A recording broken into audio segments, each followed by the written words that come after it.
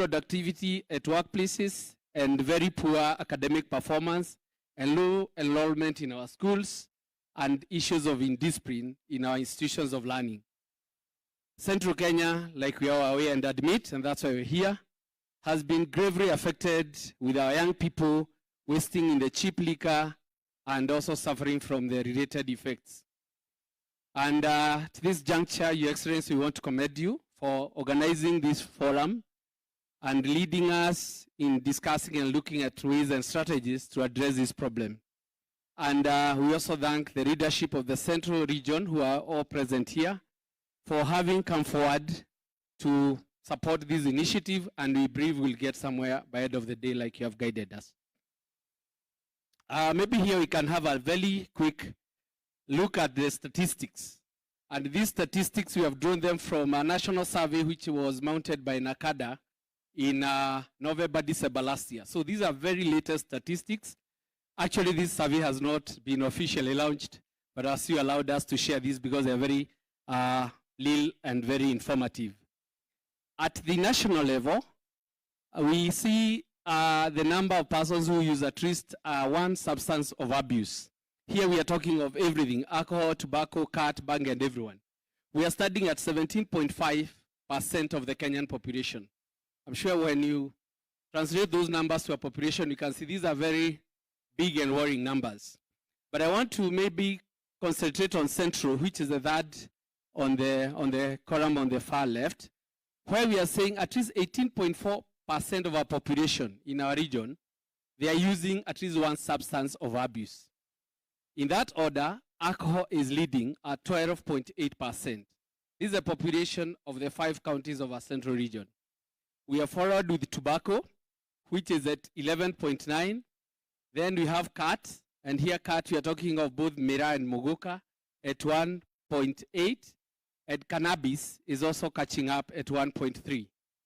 Maybe a point of note is that if we look at the national statistics, we can see on alcohol, Central, we are even above the national statistic, which is 9.7.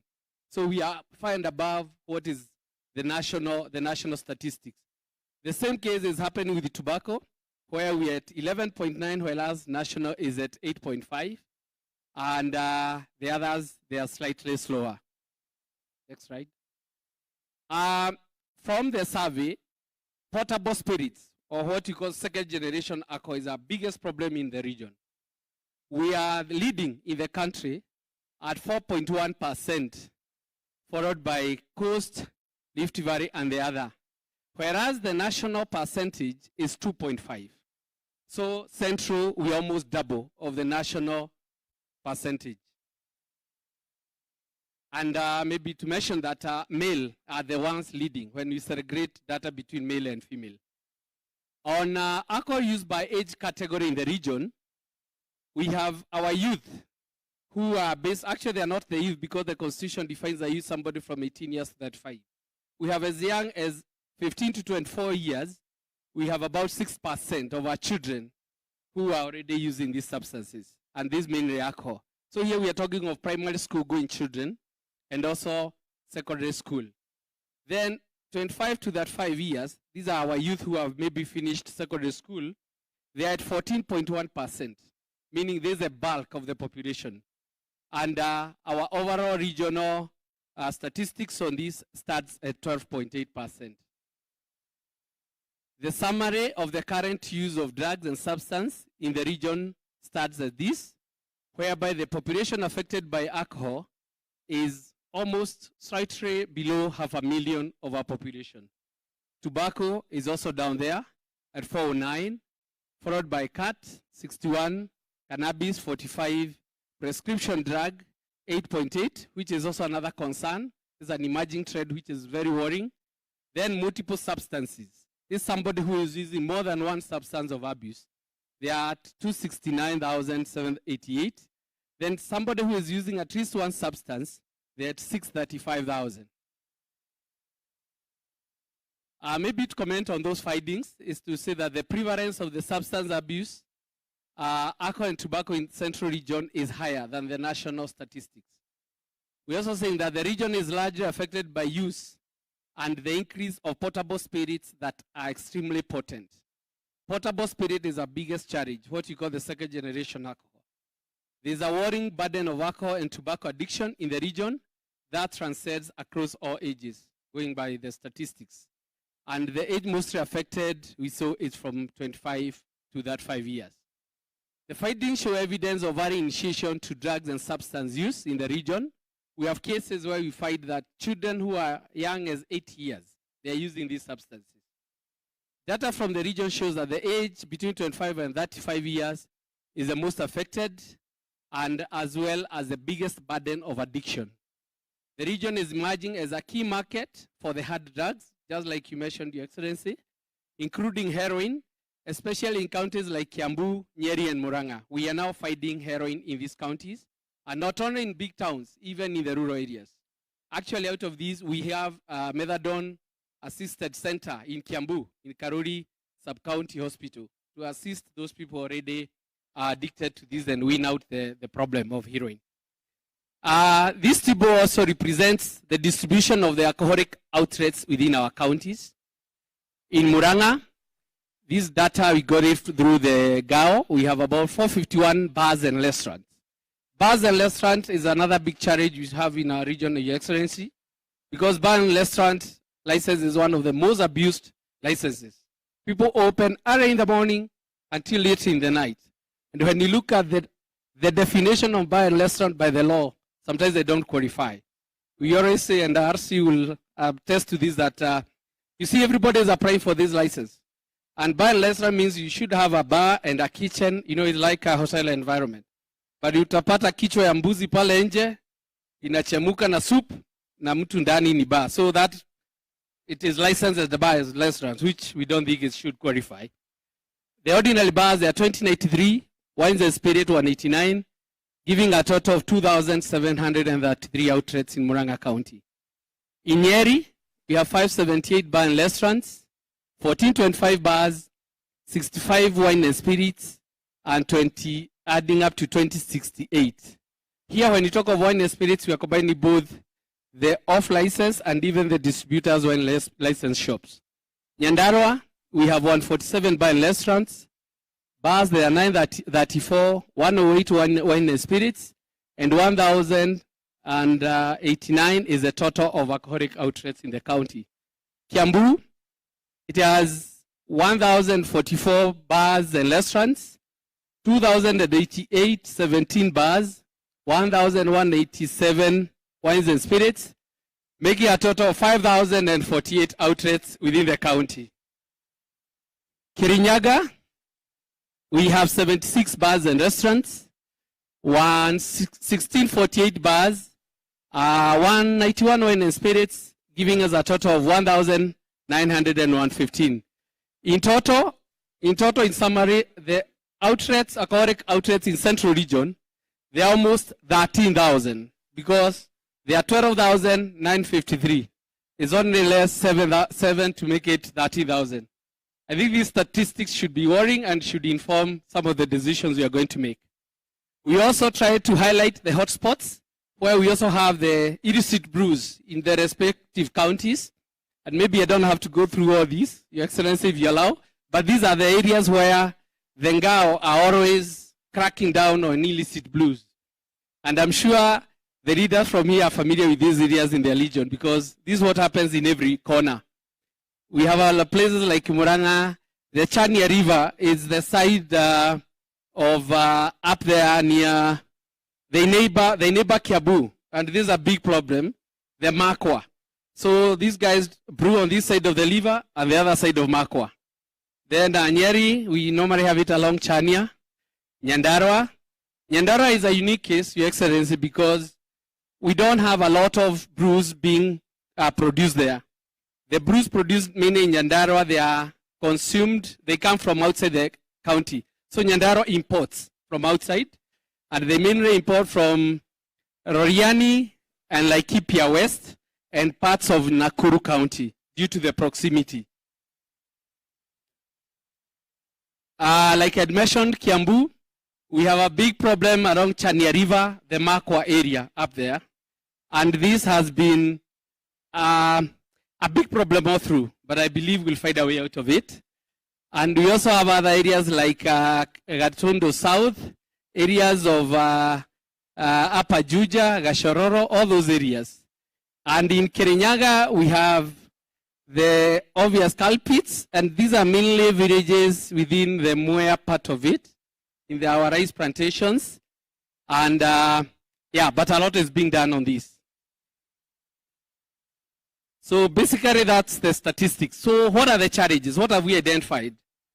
The challenges which we have identified in Central Region in relation to alcohol and drug abuse, the problem, we know what it is. What is causing this? We may attribute this to a number of factors. One, it is the availability of cheap liquor due to increase of alcoholic outlets and the cost of the alcohol. The alcohol being sold in our region, Your Excellency, when KRA will be making the representation, when you factor the cost of producing a 250 ml bottle of alcohol, we know having paid all taxes and met the production cost, it should not be more than less than 250 per piece. But in Central Region, in some places, you even find alcohol being sold for 150, the same bottle. That means there's a shortcut which has been bypassed to ensure that that is happening. Then you also have challenges with enforcement. And sometimes here is an issue of uncoordinated enforcement between the national government and the county governments. Then uncoordinated licensing regime of the alcoholic outlets. Here the challenges, because you said, you asked us to speak the truth as it is. You realize that the national government officers sometimes in places, they are not involved in the licensing committees at the sub-county by the county governments. So the county governments might license some premises which, in relation to security, where the OCS is supposed to give guidance, or issues of the public interest where the DCC maybe can give a word, they are not involved, and that's why we find maybe even the proliferation of the outlets. Then another challenge you have found is that we have a permissive society where in Central Region nowadays, it's becoming a trend that it's accepted that alcohol must be taken everywhere. You find people going to attend a burial in the morning, and even before they go to collect the body, they have passed through a place to take alcohol before they even. So that permissiveness is also another factor. Then our initiation to alcohol and drugs, because we are even doing these things in our homes. So even our children, they're also learning and they try to test quite early. There's also an aspect of poor parenting where many parents are not responsible. They are not taking their parenting responsibility as expected. Then we also have availability of highly potent substances of abuse, just like we demonstrated earlier. Then inadequate prevention, care, and support programs in the community, where the community is also supposed to have its own mechanism to protect and ensure that they have alcohol and drugs-free communities within themselves. Then we also have a challenge of lack of affordable treatment and rehabilitation service facilities. And allow me to mention here, sir, that in Central Region, it's only Nyeri County, and we want to once again thank you, the Governor Nyeri County, who have a public rehabilitation facility in partnership with NACADA. So, as we said, we also encourage the other counties to ensure that we have at least one rehab in every county so that we can rehabilitate our young people who need those services. In a summary form, the challenge, we can summarize it in, we look at the cause and the manifestation. The issue of licensing and enforcement, it is evidenced by the mushrooming of alcoholic outlets in undesignated areas, including residential areas, including inside the villages where they should not be licensed. We also have bars operating without licenses. And like we said, Your Excellency, if a bar can operate without a license, it means there's somebody who is maybe protecting it to operate. Then you also have the issue of abuse of licenses, the terms and conditions of licenses, like the example I was giving of a bar and restaurant. You find a place is not ideal, or they are not operating according to the terms and conditions of license. Then we have sale of substandard alcohol in unhealthy conditions, outlets operating beyond the stipulated hours, and also another big challenge you have here is wine and spirits dispensing on site, because wine and spirits are strictly supposed to be taken away. But you'll find there's a jug there and some water and some glasses. That 250 ml, two people can buy, they share, they take it there, they fresh, they call it fresh, and they go. That's also another big problem we are facing in the region. There's also another problem of corruption, where people pay protection fees. That's why you fight bars which don't have licenses they're operating. You have issues of bribes to avoid closure and arrest. And another challenge, which is very also a big concern, is leakage of information during crackdowns. We organize a very good crackdown, but by the time you hit the ground, you find people have closed and have gone away because somebody among us is also sharing that information. Prosecution charges. Here we have cases taking too long to conclude. Those are the judiciary. Then exhibit samples analysis results taking too long to analyze at government chemists because they always sent back to Nairobi. Then you have lenient charges and sentences and fines. And so these guys end up coming back. Anapelekwa kotini na analipa fine kidogo, and then they are back to the business. We also have a big challenge of the uncontrolled trade in ethanol and powdered beer. Here we have diversion of ethanol to manufacture substandard and counterfeit alcohol. Because most of the people who are doing this substandard and very low and lowly priced alcohol, they are mainly counterfeits. Then we have the challenge of portable spirits maybe controlling the market, illegal manufacturers, and availability of powdered beer to concoct illicit brews. But this challenge, I believe, has been addressed, and KEBS maybe will shed more light. Abuse of prescription drugs. Like we had said in the survey, we have another challenge now. Prescription drugs is also another big challenge. And how it's coming about, maybe if I may enumerate a bit, is like you find somebody has been chewing miraa a lot. And we know miraa is a stimulant. So you want some time to calm down, so you go look for a prescription drug, which is a depressant. So this is also another big problem which is creeping around in our region. Shisha, as we all know, shisha was banned by the Ministry of Health, but we also have it in popular apartments and also in homes and some kind of exclusive clubs. You find it there. This is another challenge we have in our region. Next slide. So out of all that, we also sat and asked ourselves, what can be done? What is the solution to these problems? And one, we are saying on issues of licensing, we are recommending formation of alcohol, county-based intergovernmental committees on alcohol and drug abuse control. A committee bringing on board the county government, the national government, and all the players. And this committee should ensure that they monitor the issues of alcohol and will be making very, very frequent reports on the progress and the challenges.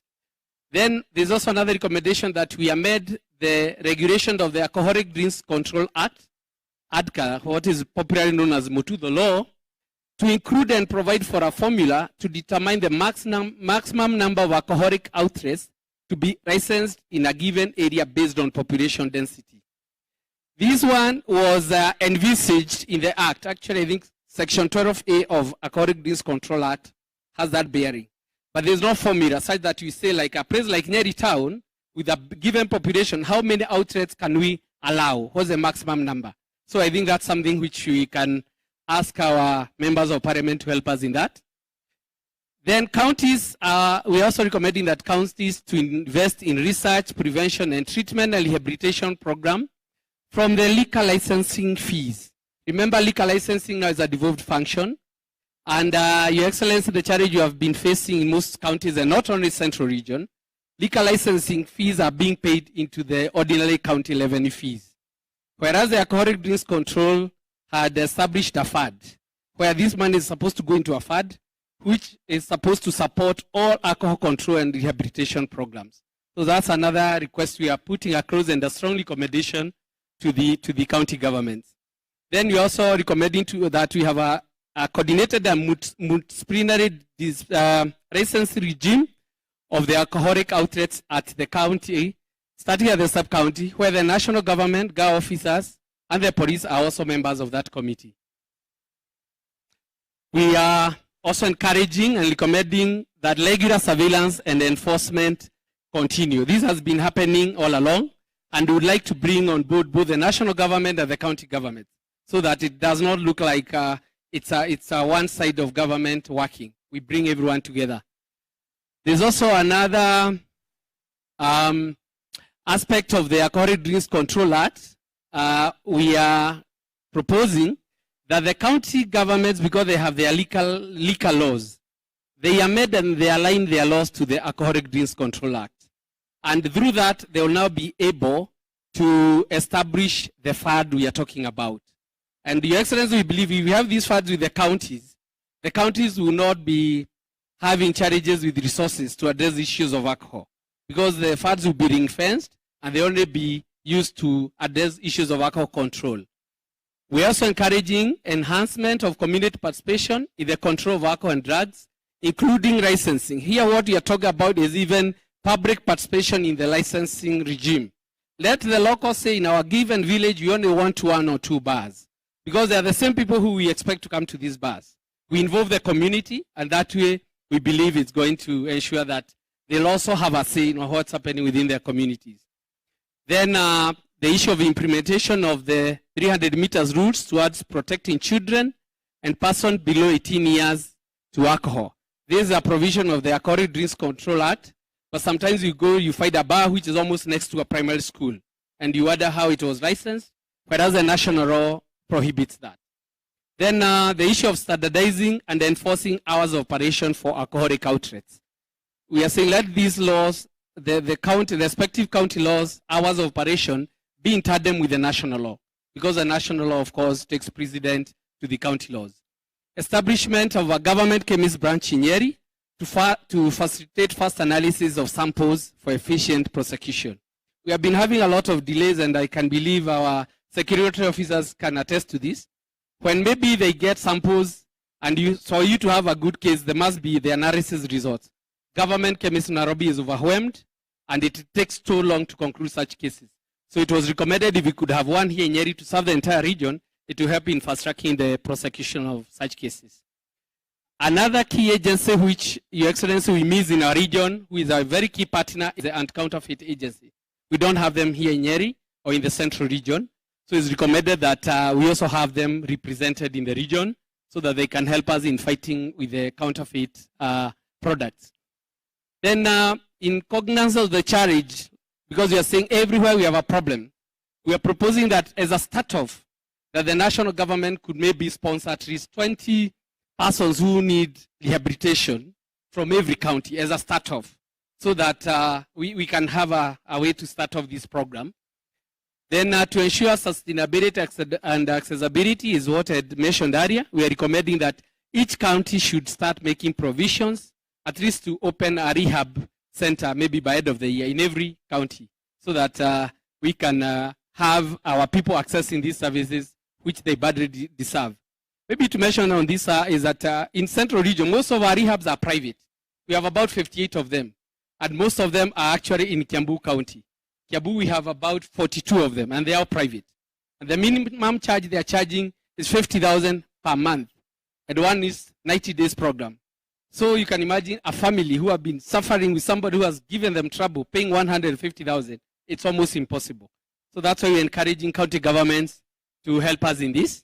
Then we're also recommending that through the NGAOs and the counties, the enforcement teams, we create a database of persons who have been prosecuted or involved in issues of alcohol and drug abuse, so that as they are taken to court, we can tell the court these are a serious offender, and maybe the sentences may be deeper, because the courts usually say when you just bring him and you charge with this, we don't tell us he has been doing it, they give them very lenient sentences.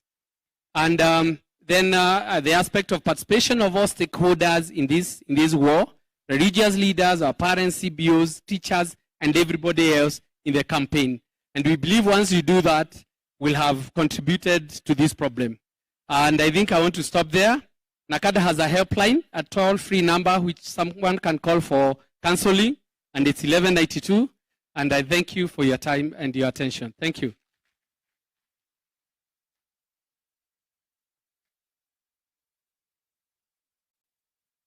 Thank you very much, Warui. Let us give him another round of applause. Thank you very much for giving us that enlightening exposure. I think it will form a very critical basis of our conversation when we come to the plenary. I now take this opportunity to invite a presenter who is going to share with us the Mulika concept. Karibu. As she comes, let us give her a round of applause.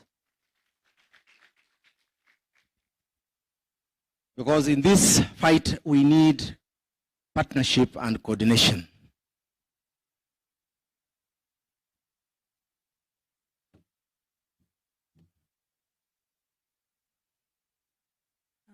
Thank you, Your Excellency, the Deputy President, and all other protocols observed. Good morning. Good. Now, my name is Grace Wanjohi, and I am the Executive Director of Mulika Institute for Social Accountability. Our flagship system is the one that is being called Mulika. If we could have the video, please. Ukiona, sema. Ukisikia, sema. Ukishuku, sema. Ripoti tatizo lolote la usalama kupitia SMS 988. Namba yako haitaonekana. Ujumbe huu hautakugharimu chochote. Weka akaunti yako na mtaa ambapo uhalifu unatendeka. Mulika uhalifu. Ujumbe huu umeletwa kwako na Wizara ya Mambo ya Ndani na Uratibu wa Serikali ya Kitaifa. Now, I think most of you have seen that, and you may have heard it in the radio. But the biggest question here is, ukiona, ukisikia, ukishuku, useme. Useme wapi? Useme aje? That is the biggest question, isn't it? So, Mulika, this system is in its 7th year of implementation with the Ministry of Interior. We were piloting. We have taken quite a bit of time because we lost elections for 2017, and then there was Corona, and then there was another election. So the process took longer than usual, but this project has gone through ideation, research and development, proof of concept, and now we want to scale. So we are testing and positioning for scale, and hopefully it will be with the Mulika Pombe project. So without further ado, I want to be able to demonstrate this, so I'll go very quickly. So this is how the system is working. The members of the public have been given digital platforms in which they can communicate to their service providers and their security managers. So the main objective of this platform is to facilitate citizen participation in national security and service delivery. So that is why it is Mulika Uhalifu. But again, we began with Pombe, I'll come to that. So the public, for the purposes of this presentation, I will dwell on the SMS 988, which is the preferred modem for security people to receive, and it is also the preferred modem for the public. So from the comfort of their homes, free of charge, the public are sending information, and when they send this information using the 988 or any other medium, it hits the terminals of the security managers connected to it already. I know the regional commissioner is on, and his team, the county commissioners, and we have connected some of the sub-county commissioners. So what this does is that the minute, within 4 seconds, this information is relayed to their terminals, and they receive a text branded Mulika. So they do not know who has sent that message. Because a lot of the times we say that hatutaki maswali ya polisi. Sindio? So here there is no maswali ya polisi because you are anonymous. And as soon as they get that, they have a team ready to act. So I'd like all of you please to take your phones out, because it says security begins with you and I, isn't it? And now, here we are, the eyes and the ears of the government, because without public knowledge, they would not arrest crime. And we say the public knows everything. And the public also knows who is the culprit, who is the officer aiding this menace, what happens, what time, the public know everything. So let's take our phones very quickly. And I want you to send information. It is county-based. no county receives for the other. So I want, if you have information right now on any den of changa that you know, or any den of illicit brew, or any brewer or criminal, please let's just try that so that I can be able to demonstrate further. So the SMS number 988 is free of charge. And the text will go this way. You will go like you are typing a text and you're sending to 988.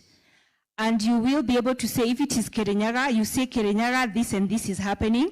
I will have, because the RC is here, I will have him read just 1 or 2 messages that he's been receiving over time. So we are not having transmission this morning because tumenyonga, because we don't want the powers that be to receive irrelevant information. So once it goes through, just one person just lift up their hands so that I can say that I can at least know that we are together, then I can go to the next one. So you're sending to number 988 and it is anonymous. So right now the text is being received. They're coming already. Can you see RC? Okay, so I'm going to have him read when he comes later. But if you have one of those SMSs, there is a reference number. This reference number is going to take you to the tracker. If we could have the tracker, the slide with the tracker, the tracking system. No, there's the one that was online. Yes, there we are. So you are anonymous, you have texting information, and then this is the loop back, the tracker. Because the tracker is going to enable you, the reporter, to get feedback anonymously. And why we are getting feedback anonymously is because we want to know what happened, but we don't want to be recognized. We don't want to be victimized. So there where you're seeing reference is where you put your reference number, and then you will see what is the response from the officers. And if you want, you can register with just your email, and you will be able to chat with this officer anonymously. And any officer will have a tag. It can even be the OCS, it can be the CS, it can be the PS, and you will see them and interact with them. And the reason is that a lot of the times when we are talking about crime, we are having very low reporting of crime from the public. It is understandable, the public apathy, because we say, ata ukireport, where does it go?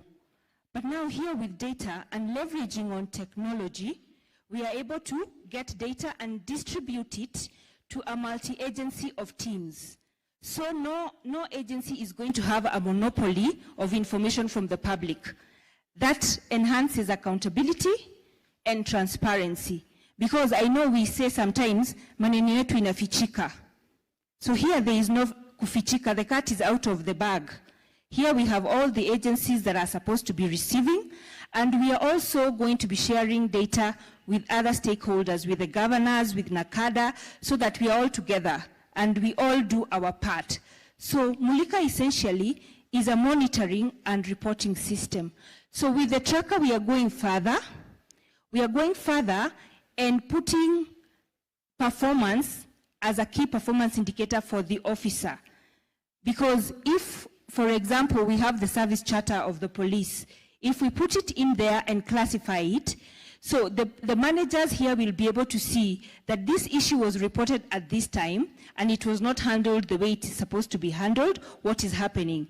So that also will create interventions in the way that interventions that are relevant, and it is for all of that. So why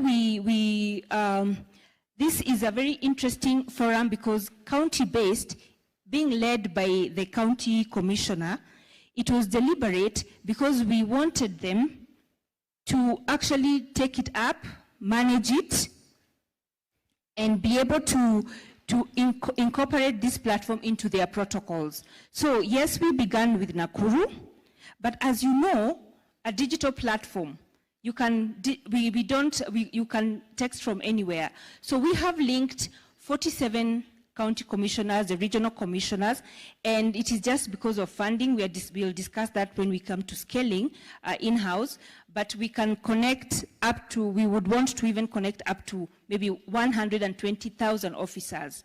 So because when you're talking about, when you're talking about security concern, it is also service delivery.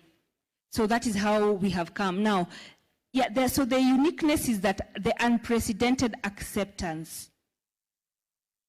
We have received over 500,000 issues. And when we say again, ukiona sema, ukisikia sema, ukishuku sema, I think we should expect about 1 million issues a day, seeing as there are more than 35 government functions, and also even the ones that are relating to Pompe and service delivery. So the public also are with us because, again, now there is the problem is not usually the information that we get from the public. The challenge here has been the responders, because Kenyans are innovative. There are very many systems out there. Kenyans do speak. It is where that information is going that is tricky. So when we have the responders taking charge of the information and saying we want to receive, and oh boy, don't they receive. They receive so much, even wrote in their own departments. They receive a lot of reports with officer misbehavior, and they have been able to sort it out. Because we all know that, again, as the public, we allege misbehavior. So these are the people that have taken charge. I want to also recognize, as I recognize the county commissioners, I want to recognize Bwana Ganada, that is the county commissioner, I think he's now in Kiambu. He's the one who brought this and risked it 7 years ago and says, let's try it. So I want to appreciate that officer. And so with the other officers that joined in, it was not by force. They have joined in, and then later it was when later that Harambee House came in. So that is what I have. I'm going very quickly. We were given about 10 minutes to go. So where are we at with this platform?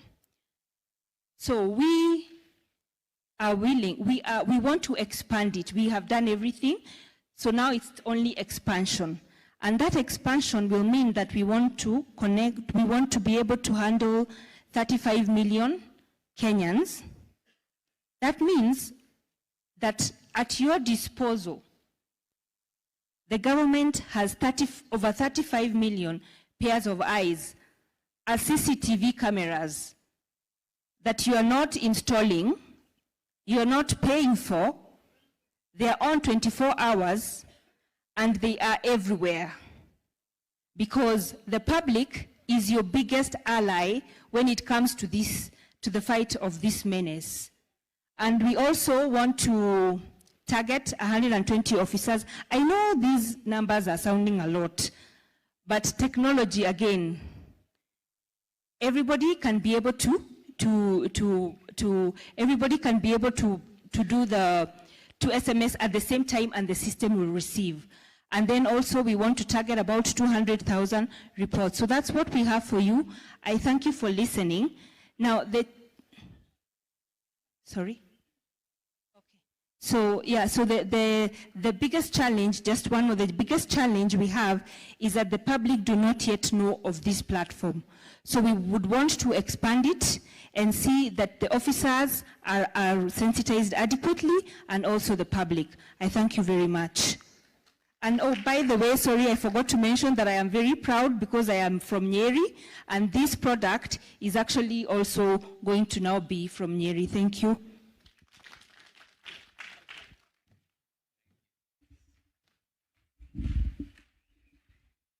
Thank you very much. Let us give her another round of applause.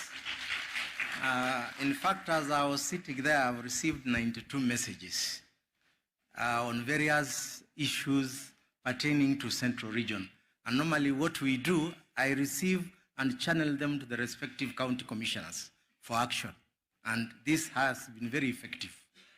Our next presentation is going to be from the Ministry of Education, and I want to request that you take 5 minutes. Karibu, Madam Sabina. She is the Regional Director, Basic Education.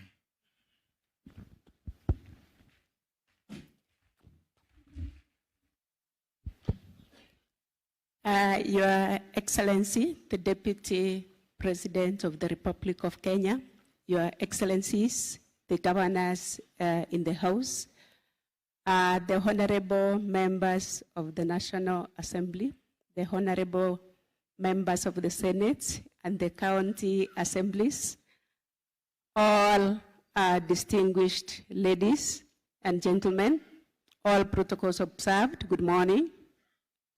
As you've heard, I'm Sabina Aroni, the Regional Director of Education.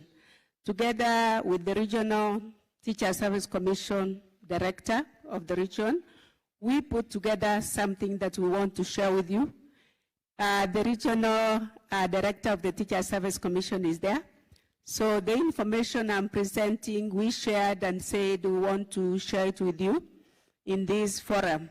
First of all, allow me to appreciate the Deputy President for giving us an opportunity even to share information that is very key and that will go a long way to improve the service delivery in the education sector. So we are saying that this is what you know, that this is a ministry in the government, but we have a vision that is the quality and inclusive education, training, and research for sustainable development.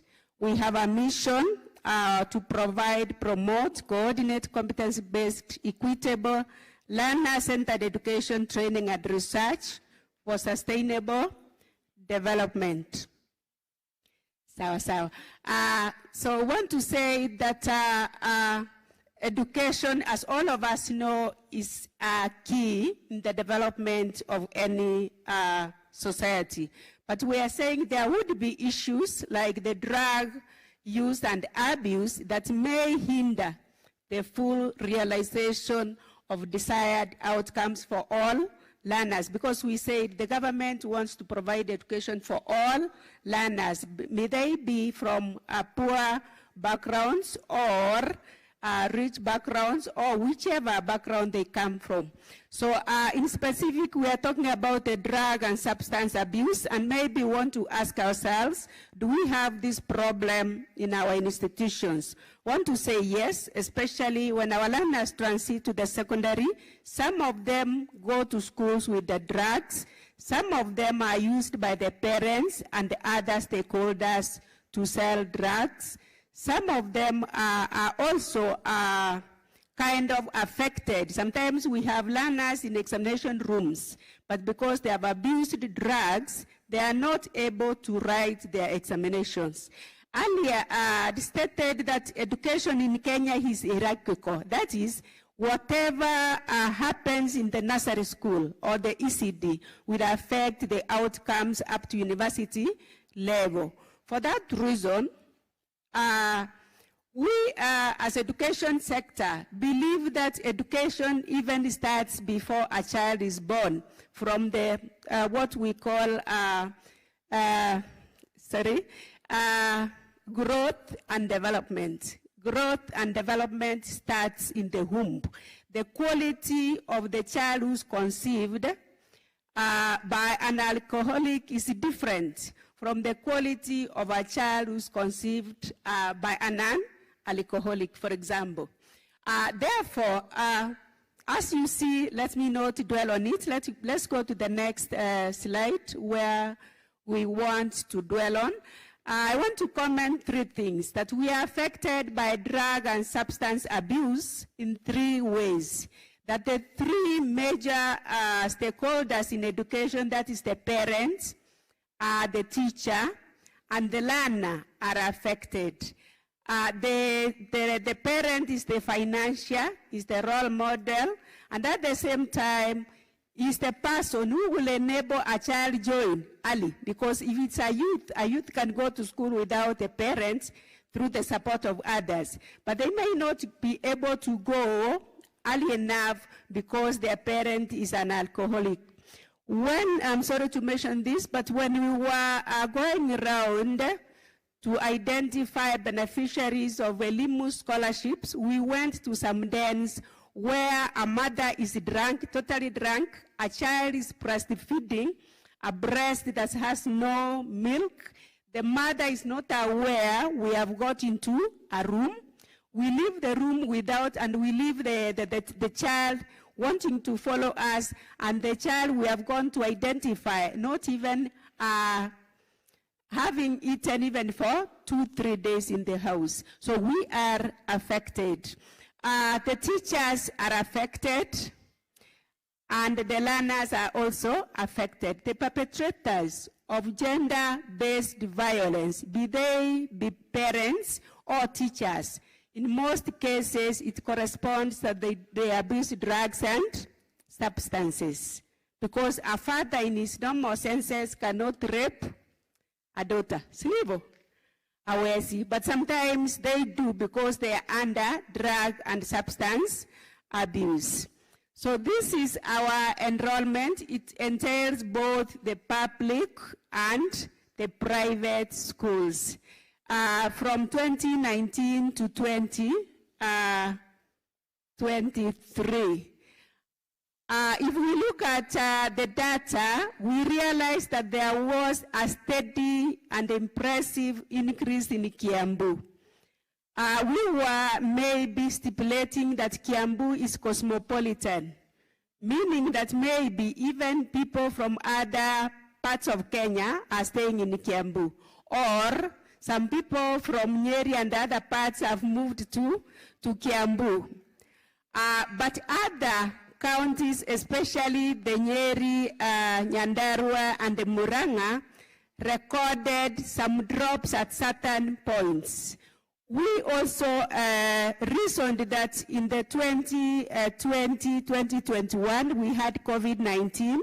Maybe some parents withdrew their learners because they are young to stay home, and then they took them back to school for reasons we may not tell. We are only able to account for this information, but we are not able to say in the village what happened in the village to hinder learners from coming to school to enroll. Allow me to use the next slide to explain.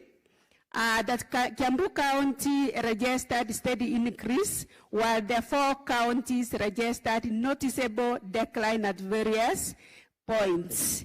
Note the decline of Nyeri, for example, between 2022 and 2023, which is 5,649. Note the decline of Kirinyaga of 883 between 2019 and 2020. We also note the decline of Nyandarua from 2022 to 2023, which is 3,501. And then we also note for Murang'a, which is 1,718. However, when we look at the primary school enrollment, the decline is marked in Murang'a and Nyeri for the primary school enrollment. It's marked for Murang'a and Nyeri. When we look at this, we were trying to see that are there learners who were in ECD and they didn't transit. We discovered no.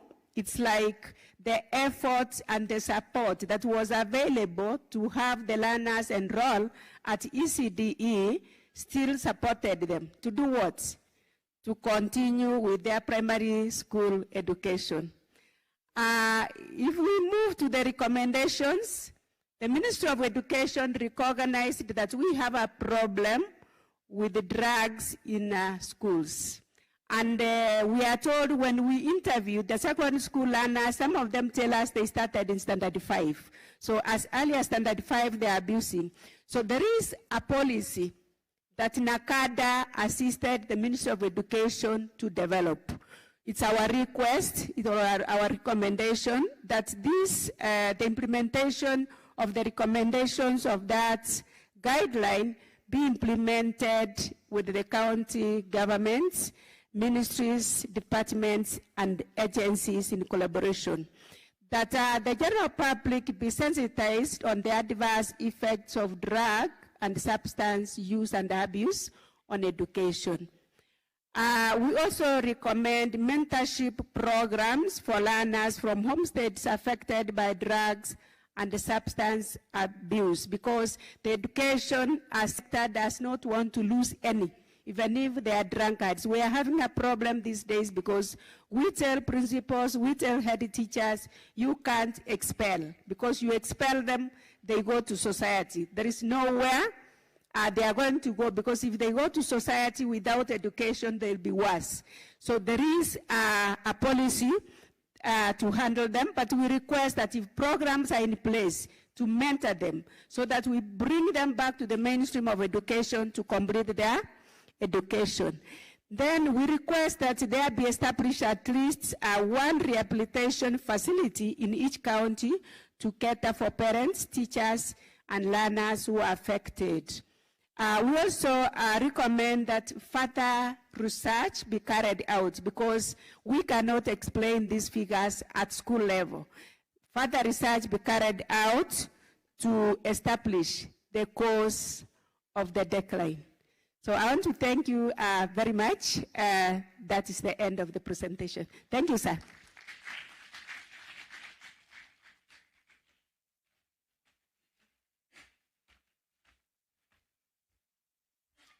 Thank you. Regional Director Education in Nyeri County.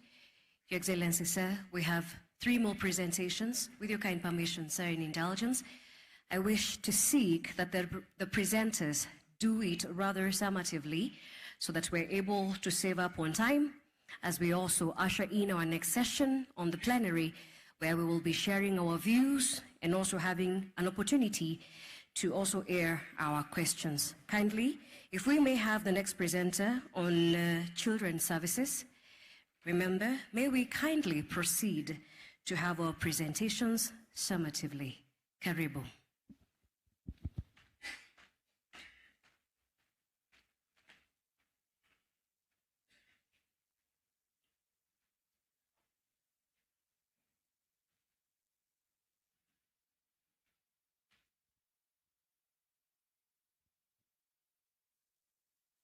Thank you very much.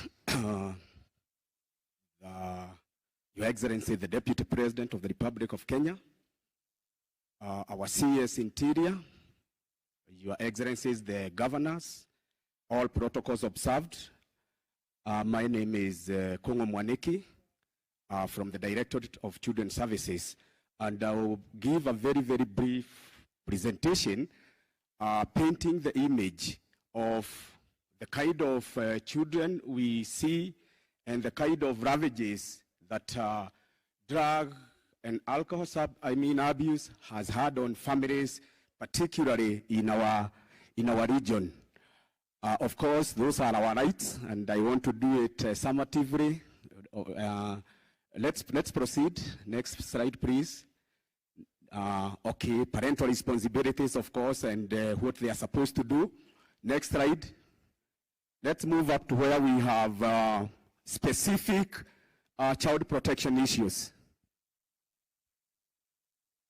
Let's move on, yes. So because of alcohol and drug abuse, what we've been witnessing is abandonments, particularly of toddlers and infants, and of course even older children in medical facilities and markets. Again, we have cases of abortion for parents who do not get support from their partners, and some who are also abusing the drugs. We have compromised health issues for children who do not complete immunization. Sexual and gender-based violence is a reality in our region. Cases of school dropout, Your Excellency, and an increase in the number of street children, particularly in our urban centers, and then cases of child labor, and extreme poverty in our households, HIV, AIDS, and STDs, including supergonorrhea, which has been found here in Nyeri the other day, And then children getting engaged in crimes. We have cases of children joining criminal gangs, that is tied to the first one. And even child marriages, cases of child marriages, Your Excellency. Then neglect of parental roles and responsibilities, early and premature deaths of parents and children. These are realities in our society. Increase in single parenthood. You realize that the former Central Province is leading in cases of single parenthood. Children abusing alcohol and drugs due to exposure and availability. And exposure of children to defilement due to being left on their own, particularly in informal settlements, our slums. Onset of sex among children, incestuous relationships, bestiality, and going against the laws of nature, the triple threat of teenage pregnancy, HIV/AIDS, and sexual-based violence, and misunderstood sexual orientation, whereby, for example, if a child is used to being defiled through anal, through oral, the child does not know which way to follow. So what are our recommendations? Let us make alcohol and drugs inaccessible to our society so that they are not easily available. Thank you very much.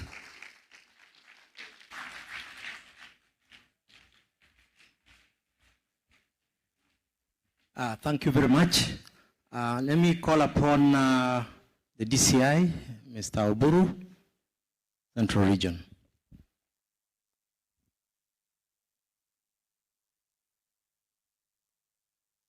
Your Excellency, the Deputy President, Honorable Rigathi Gachagua, our CS Interior, our Inspector General, Excellency Governors, Members of Parliament, all protocol observes. My name is Bethuel Waweru Oburu. I am the Regional DCI, Central Region. I'm just going to take you through a very quick slide on the effects of drugs and alcohol abuse in relation to crime. Because this is a societal problem, we have noticed that there's a relationship between abuse of alcohol, drugs, and certain crimes. So, as you can see there, we have homicides, and homicides include murder and suicides. These are very prevalent.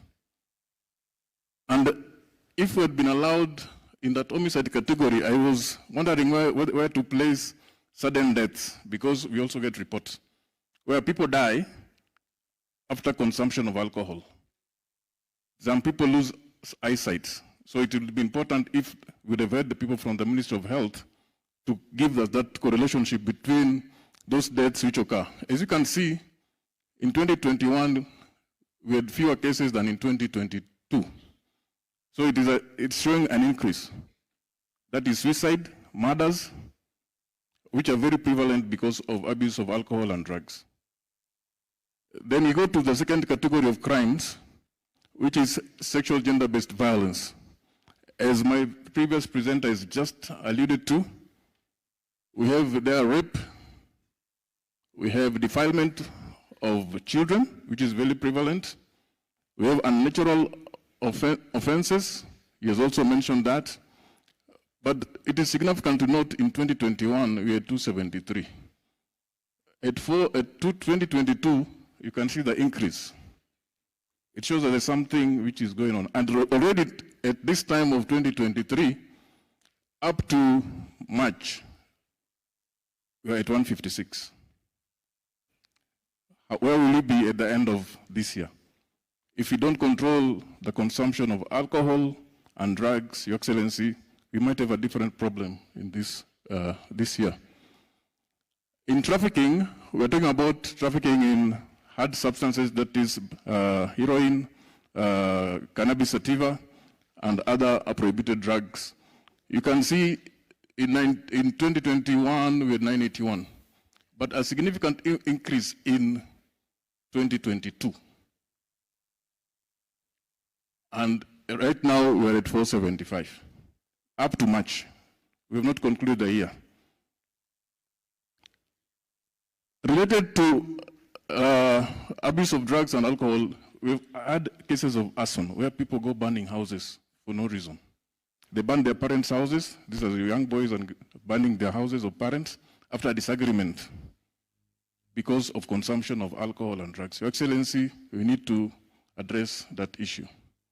And I'm glad you've got our political leaders so they can see the effect. Illicit brews, those were cases reported. There was significant reduction, but it is increasing. Now we are at 168 as at March. We've got accidents when people drive vehicles under the influence. We can assume, but people drink and drive. And we're told when you drink milk or water when you're driving. 2022 is significant to me because it is a year when everything was getting higher. At 158, most of these were fatal accidents, Your Excellency. So we need to address that issue. Another crime which is associated with alcohol abuse, Your Excellency, is assault. When people drink, they tend to fight. They maim themselves. Some will cut their fellow people, colleagues with knives. Some will fight a fray because of disagreements in places of drinking. But the most significant thing to note here is, Your Excellency, that these people will graduate into bigger criminals in future. And there's one which I didn't put there, but I think I should mention, is the issue of mugging. Because mugging now is also related because when the young boys and girls don't have money, they start walking the streets and mug people so that they get money to go and buy drugs and alcohol. Next slide, please. So what have we done? We've taken people to court, and you can see those are the cases. We have netted about a ton of bang. We have netted about 14,000 liters of illicit brews. We have taken so many people to court. And we are working closely with KRA and counterfeit agencies, and NACADA was here before, and also KEBS. The next slide. These are some of the banging which these are cannabis sativa, which we netted in various parts of the region. These are the second generation alcohol which have been seized. You see, they pack them in crates. You can think the normal beer produced by either Kiroche or VABL. But actually, these are, you can see the equipment they're using to distill and package. They've got the counterfeit stickers from KRA and most of those. So what are we intending to do? Some of these things we are doing are intelligence-led raids.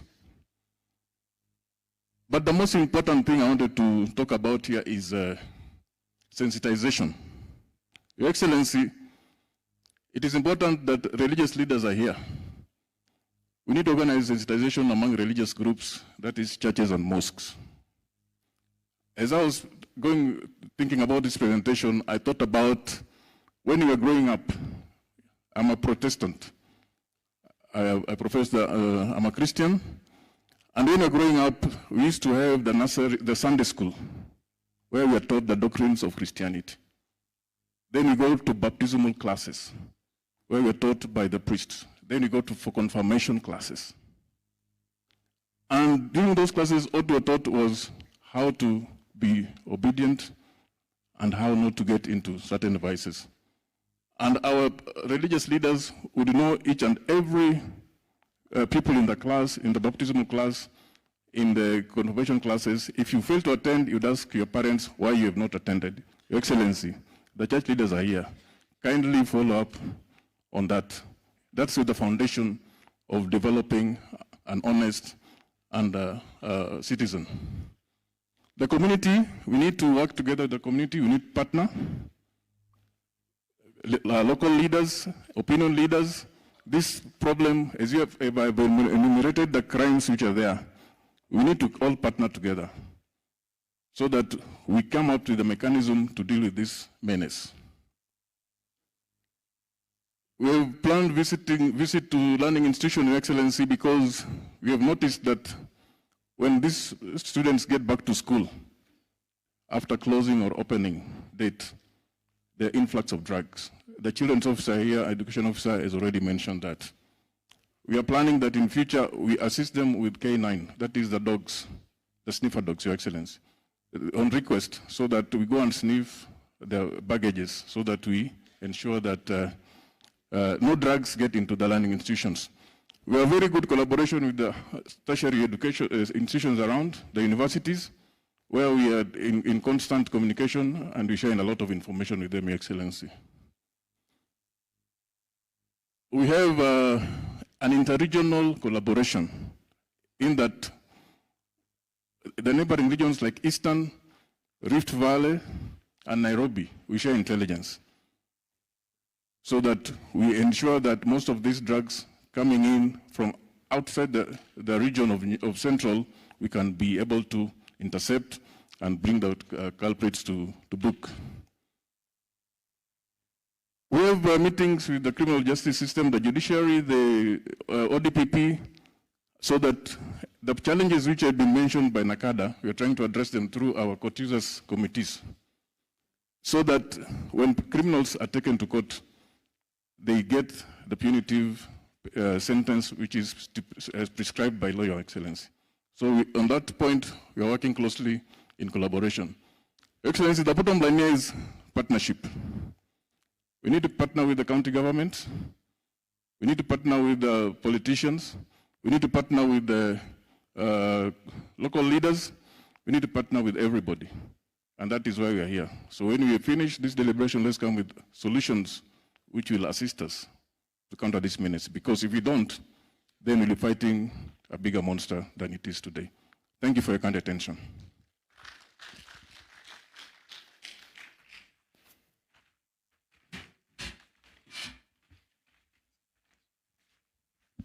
Thank you very much, Mr. Oburu. Your Excellency, the Deputy President, our last presentation will be done by the National Police Service. Let's give him a round of applause as he comes. And as we said earlier, we will try as much as possible to be very summative in your presentation.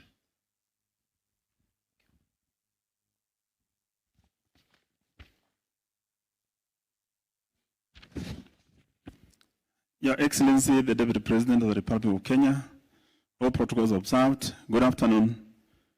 My name is Dominic Kisavi. I'm going to take you through analysis of illicit brew and drug abuse, substance abuse in the region of Central and parts of Eastern region. I'm going to talk about the 5 counties of Central and the 3 counties of Eastern, that is Meru, Tharaka Nithi, and Embu. I'll try to be as fast as possible. I'll not talk about, when you talk about drugs, what you talk about, because we all know about drugs. But one of the questions as a crime analyst we ask ourselves is, the substances or the products or ingredients that are used to brew these drinks, where do they come from? From where we sit, we know they come from, we have methanol coming from all the way from Tanzania and Uganda. They pass through our borders.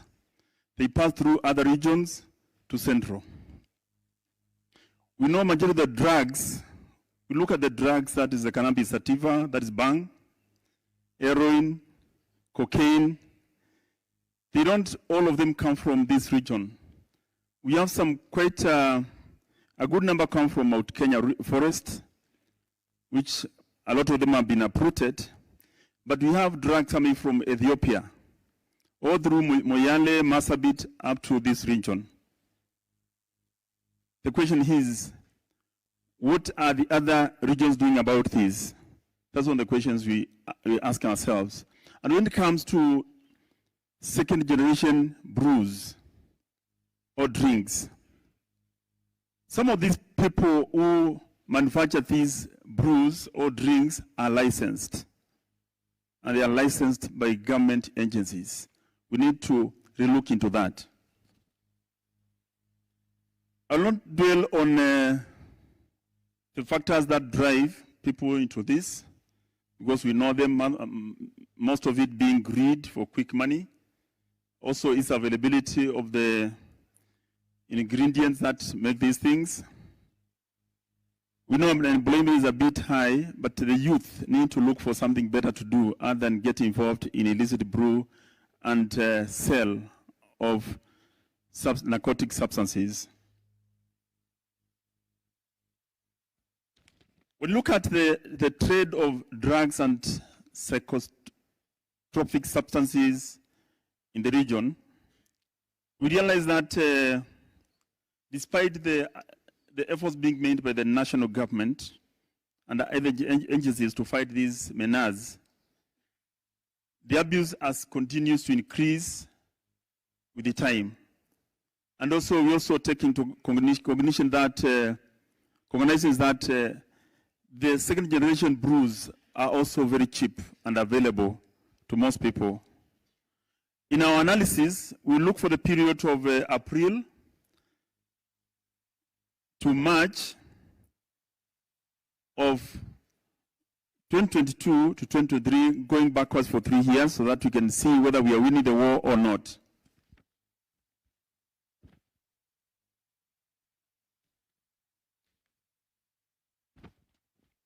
We will start with the drug substance abuse trade in the counties of Central, that's 5 of them. And the period under review is April 2022 to March 2023, where we noticed that a total of 2,208 suspects were arrested, and that also led to seizure of 1,922 sachets, 170 tablets, 755 kilograms, most of that is cannabis sativa, 53,645 rolls of bang, 2 bales of bang, 2,567 plants were uprooted, 93 brooms were seized, 143 stones and 60 seedlings were also seized. Out of the 2,208 persons arrested, 1,874 of them were charged for the offenses of possession, 29 for cultivation, 305 for trafficking. In the 3 categories of drugs seized in Central Kenya include bang, cocaine, and heroin. But when you look at the preference, bang, or the cannabis sativa, in terms of quantity seized, was the highest, as shown in the table below. You look at that, the green part, that is Kiambu, is leading in terms of arrests. Kiambu are doing a good job. It is followed by, I think, Nyeri. Mante is followed by Muranga. And the list is Nyandarua. I don't know whether it is that the abuse is low or something, but I think everybody is doing his best. That chart is showing, in terms of arrests for offenses of possession of narcotics, that the 3 categories that we identified in that region, you can see bang is still leading, followed by heroin and cocaine. Next one, please. Now this is full details in terms of seizure of narcotic drugs for the months of April 2022 to March 2023. If you look at that, you look at the total number of cases detected, we still have 1,994 cases pending before court. And out of that, another cases of which have been finalized is 314 have been finalized. We still have some persons who are on the run, and police are looking for them. You have 1 person in the whole region. And those pending under investigation is only 2. Let's proceed, please. Now, this is a periodic comparison in the region. In terms of comparison, there has been a steady and gradual increase in the number of persons arrested for drug-related offenses. During the period of April 2020 to March 2021, a total of 620 persons were arrested. This number rose to 1,406 suspects arrested in the period of April 2021 to March 2022, representing a 56% increase in arrest. That's a good job. And during this period under review, that is April 2022 to March 2023, the number of arrests further increased to 2,208, representing a 6% increase as shown below. Let's go to the next one. Still on the periodic comparison, you can see the trend of enforcement in terms of arrests is really climbing up in the central region. Let's go to the next one. And this is the number of arrests comparatively for the whole period of 2020 April to 2023 March. You can see in terms of Kiambu is leading in terms of arrests with up to 1,480 this year, which is a steady increase. Let's go to the next one. Now, when you go to count analysis, Kiambu has been leading in terms of among the 5 counties, not only in the number of arrests, but also in the number of offenses detected, as well as quantity seized by enforcement officers. In April 2022 to March 2023, for instance, Kiambu County recorded a seizure of 614 kilograms of bang, and as well as a record 42,275 rolls of drug substances. Within the same period, there is no other county apart from Kiambu which was able to net about 50 kilograms of bang or 55,000 rolls. Let's proceed. We are still on drug substance. Now we go to Eastern region in terms to analyze the drug and substance abuse. The counties under review are Meru, Tharaka Nithi, and Embu. During the period under review, that is April 2022 to March 2023, a total of 389 persons were arrested for either possession, cultivation, or trafficking bang, leading to seizure of 36 sachets, 299 kilograms of bang, 8.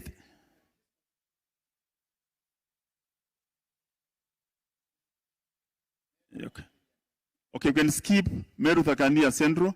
We go to, proceed please, we go to Illicit Brew. We go to Illicit Brew, please, Illicit Brew. Now, we look at the issue of Illicit Brew in the regions of, in the central region for the 5 counties. A total of 22,816 liters of illicit brew were netted for the period of April 2020 to March 2021. And during the same period, a total of 47,660 liters were destroyed in the region. During the same period, Muranga County recorded the highest number of illicit brew netted with 9,852 liters, where Kiambu County had the highest amount of illicit brew destroyed with 44,860 liters. This figure decreased to 11,573 liters netted, and the amount of illicit brew destroyed increased to 80,036 liters, or 68% increase during the period of April 2021 to March 2022. The period between April 2020 to March 2023, amount of brew netted was 25,715 and 64,782 were destroyed. The total number of persons arrested was 680, arrested between the period of April 2020 to March 2021. So these ones have been doing a good job. Kiambu had the highest number of persons arrested. Proceed, please. That is the illustrative data. Yes. Let's go to the next one, please. These also charts. They will be available to you in future. You can proceed. Skip Eastern. Let's go to the... Roll this one. Now, let's go to the... We have been told the impact of this on our health budget in the country and in our counties. We are also losing labor, very active labor, because of this. Lack of skilled labor. Let's go to the next one. These are some of the challenges that the service is facing, but the government is doing a good job. Let's go to the next one. Now, to summarize this, my colleagues, let's not get tired. Let's try to save our generation for the future of this country. Thank you very much.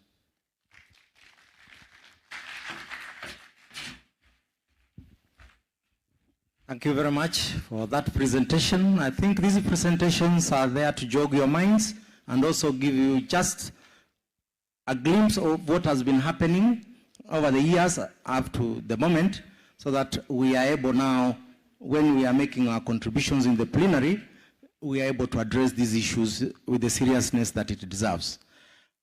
Deputy President, allow me now to go to the next session, where I'll call upon our leaders to come and give us their reflections on some of the issues that have been presented here, and also their own personal input in as far as this challenging problem is concerned.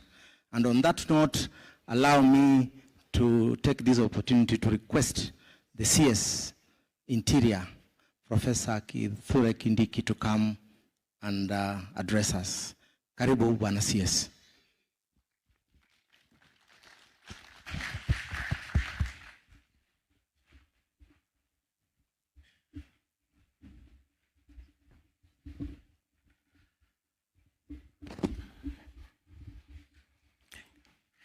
Your Excellency, regarding Gachagua, Deputy President, all protocols observed.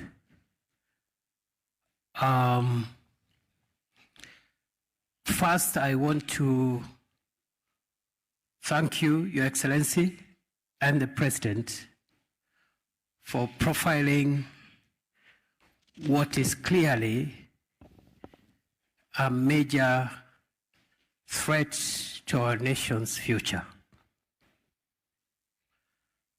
I believe that your personal engagement and the support of His Excellency the President will go a long way in helping us crack this problem. Your Excellency, for us at the Ministry of Interior and National Administration, we have identified what we consider the greatest threats to our country's future. And this is one of them. Among the three national security threats is number one, terrorism. And although we have not had terrorist attacks for a while, all our energies and focus in this sector are geared towards remaining alert and focused to detect, thwart, and deal with any attempt to hurt our country by terrorists. And I want to commend our officers who are helping us in this fight for sustaining for some time now a very, very, very, very successful effort. The second threat is the threat of cattle rustling which is affecting approximately 9 counties, out of which we have put in place measures, specific security measures in 5 of them. The problem of bandits. The third problem, or the third threat, is what we are talking about here today, which is the trade, use, abuse of illicit alcohol as well as psychotropic substances and drugs. This is a problem that is likely to impair Kenya's future in a big way unless it is addressed. Your Excellency, I want to assure you and the country that at the Ministry of Interior, having profiled the problem of alcohol and drug abuse as part of the top 3 national security threats, we will support the national effort to tackle this problem with the same vigor, commitment, focus, and finality that we are continuing to apply in the other 2 threats which I've identified, which is the fight against terror and the fight against bandit attacks.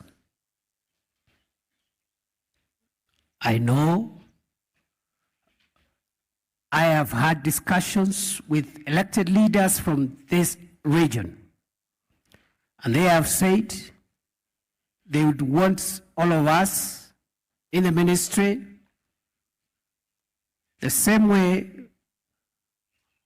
we have waged a sustained war on bandits, to also come and camp here and other parts of the country that are affected and wage a similar, if not more vicious war against the terror of drug and substance abuse.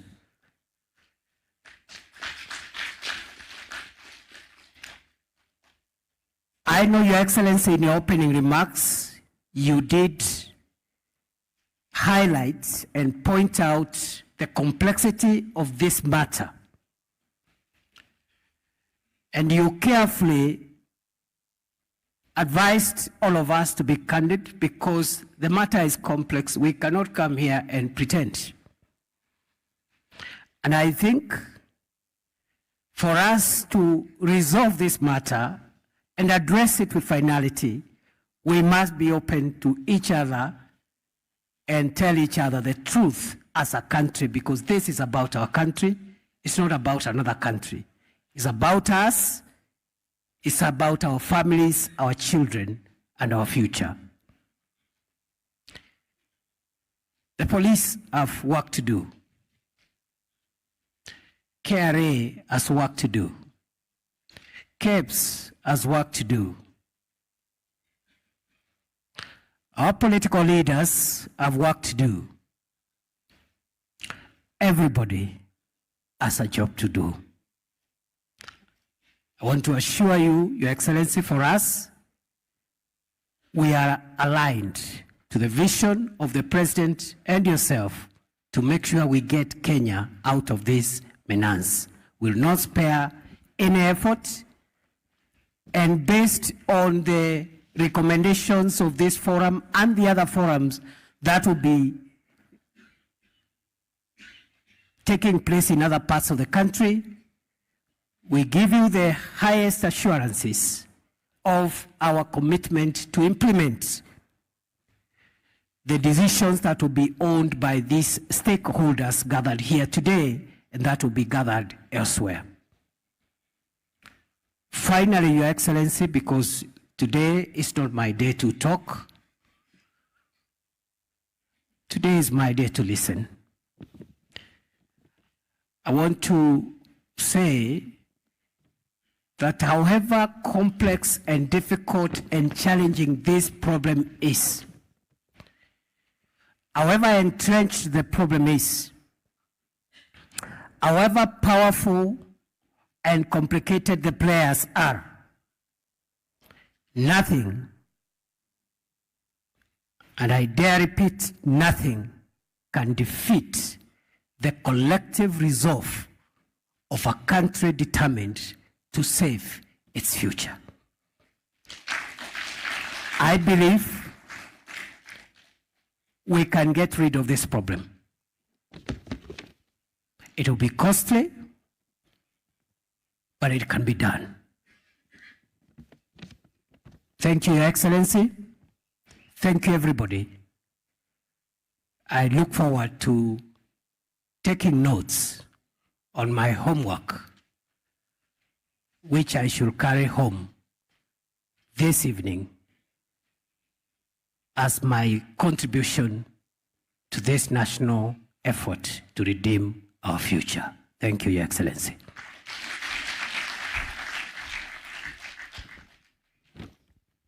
Let's give him another round of applause, please.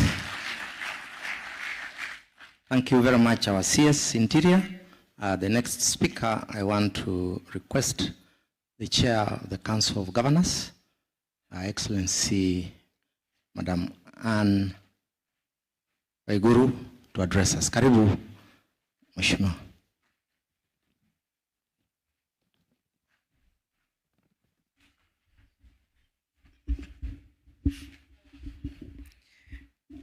Your Excellency, the Deputy President of the Republic of Kenya, Your Excellency Rigathi Gachagua, my colleague governors who are present, led by our host, Governor of Nyeri,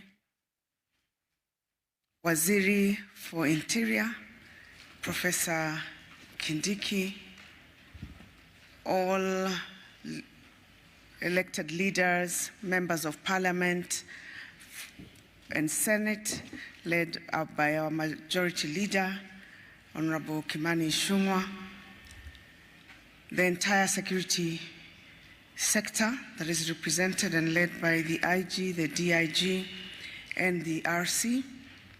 All protocols observed. Good afternoon. Your Excellency, allow me to start by thanking you for this initiative, and thank you most sincerely because as a Council of Governors, we had an opportunity to have a briefing on the issue of alcohol and substance abuse when we had our retreat. Your Excellency, during that retreat, if you recall, the governors were quite surprised because we were given not statistics just for the central region, but for the entire country. A lot of the times when the conversations come about alcohol abuse, especially, people refer to central Kenya. So my colleagues were very shocked at the way that this problem has cut across the nation. I thank you, Your Excellency, and I thank His Excellency, the President as well, for starting with the central region to come up with policies and initiatives to deal with this problem. Your Excellency, allow me to take a different approach. I will not give general remarks. I think I will make a comment from my experience as governor so that we can now probably start having a conversation on what is it that we can do now that we have seen what the problem is. Your Excellency, let us start with the admission. We have a problem. We have a very serious problem. We have a problem that we have always acknowledged that is there. We gather together, we look at the statistics, we say how serious this problem is, and then we go home and the problem continues. I think, Your Excellency, today we will do central Kenya in this country some justice if we walk out of this forum with tangible steps and solutions of what we can do. There are certain questions that were arising as we were looking at the statistics. For example, is it commendable? Does it look like we're working when we net more people with illegal or illicit brews. Shouldn't the problem be that there is actually no one to arrest because no one is making illicit brew? I think we need to start asking ourselves how we're measuring our performance. What is it that indicates that we have performed? The number of, I know there was one issue my colleague was whispering to me when they showed the statistics about single parents. And he said in Kirinyaga, our statistics were not looking very favorable. And he was trying to tell me the nature of the women in Kirinyaga. And especially that we do not wait to be proposed to.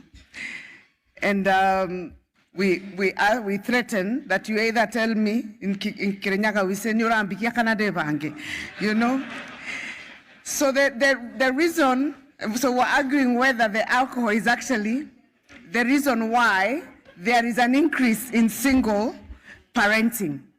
I think we need to look and delve very seriously, and on a more serious note, more seriously on the solutions. I'll give you my example of Kirinyaga County.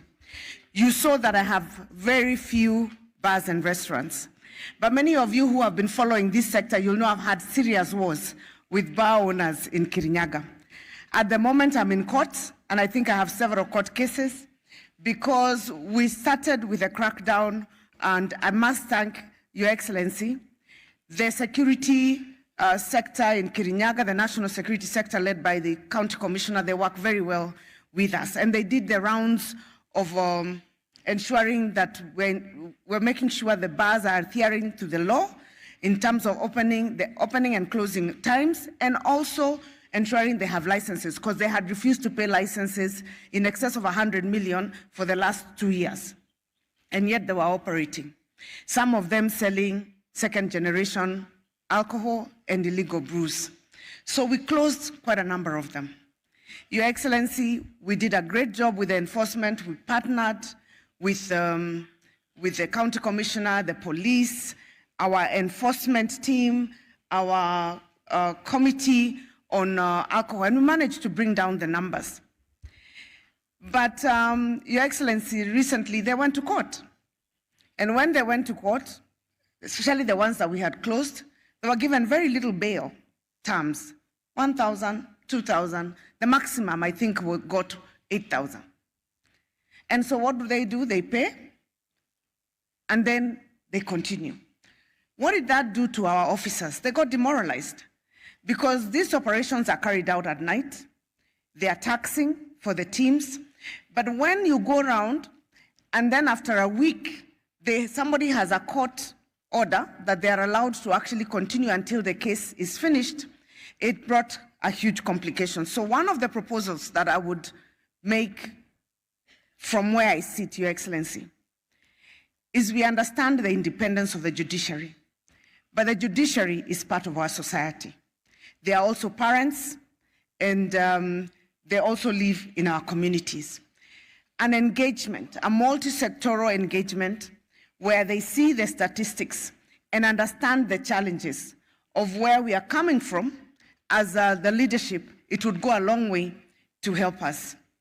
Your Excellency, we agree on the issue of the partnership between the national and the county, and adjusting our committee, especially on licensing. I think the critical issue of licensing, Your Excellency, must be looked at. We are the ones licensing, but we would embrace that joint licensing regime, because when we don't license, for example, in my county, they go and get support from other leaders. And those leaders put pressure on us on the issue of licensing. Then the issue of limiting the number of bars is going to be very tricky. But if a decision must be taken, Your Excellency, I think we should take a bold decision. How many bars, for example, should there be in Kagio, which only has 5,000 people? There should be a limit. Not every other shop should be a bar. Not every other shop should be a bar and restaurant. Not every restaurant should also be a bar and restaurant. And I think this will also help us quite a bit. Your Excellency, there are some places we should not even negotiate. Next to schools, Your Excellency. We should not have any bar or any drinking institution next, any drinking joint next to a learning institution.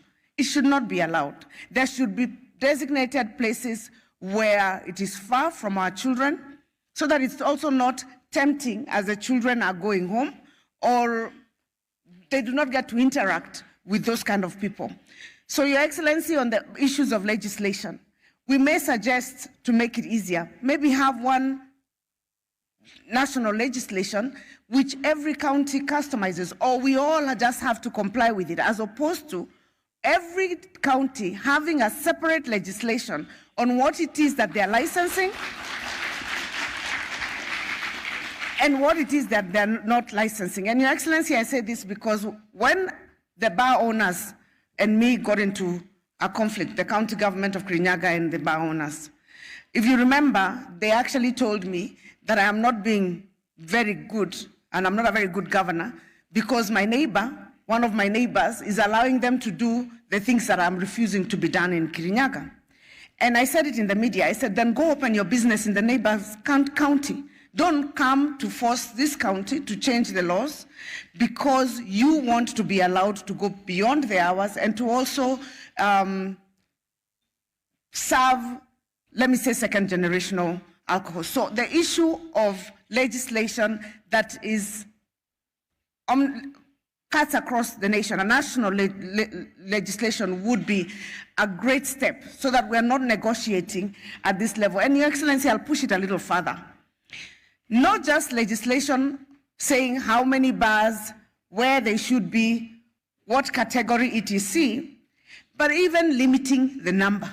So you say, like we say for health centers, for example, we all know that we should have a health center every 7 kilometers, minimum. We can find a way of limiting the number of bars, especially per distance and per population. So everybody knows that beyond this distance, I do not expect to find drinking joint.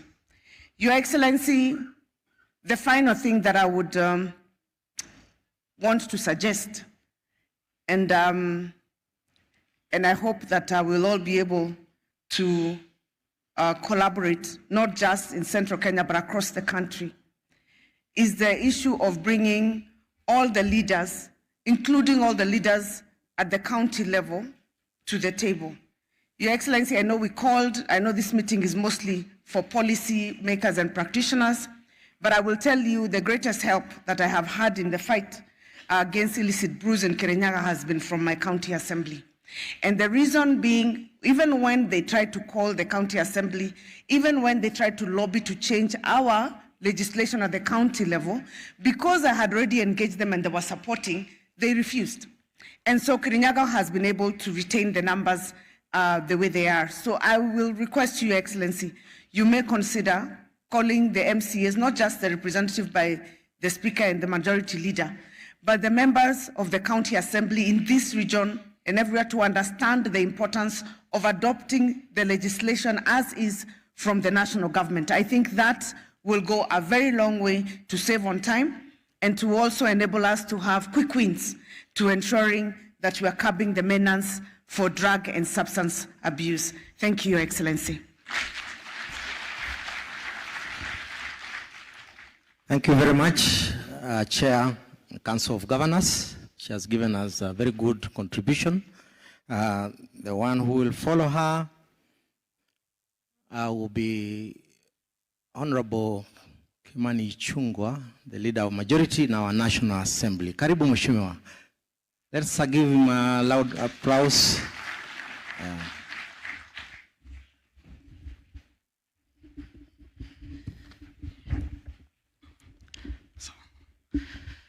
Your Excellency, the Deputy President, all protocols observed.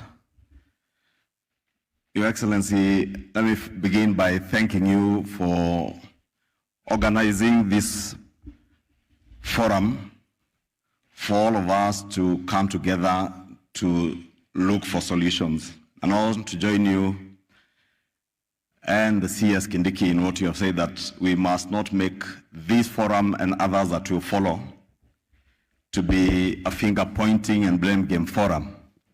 Because as the Governor Kirinyaga has said, we must accept that we have a big problem. I think from the statistics that came from NACADA, it's quite clear that this problem is bigger in our region than anywhere else in the country. And it is not that, Your Excellency, the people of the Mount Kenya region are all partakers of drugs and love alcohol more than anything else. Just that by the nature of our people, we are a very enterprising community, and a community that looks for opportunities wherever people think or believe that they'll make money. But I think it is time that we come to the realization that, as many of the speakers that have spoken before me have said, that there has to be a price that we will pay. Our county governments may have to live with the fact that they will lose a few channels of revenue. And so will the national government. I was just engaging with the Acting Commissioner General of KRA, and I was reminding her in 2015, I sponsored a law, the Alcoholics Amendment Act of 2015, that sought to do two things, three actually. One was to declare alcoholism as a disease, because indeed alcoholism is a disease. And we are asking our religious leaders to preach to our young people the dangers of alcoholism and try to speak them out of alcoholism.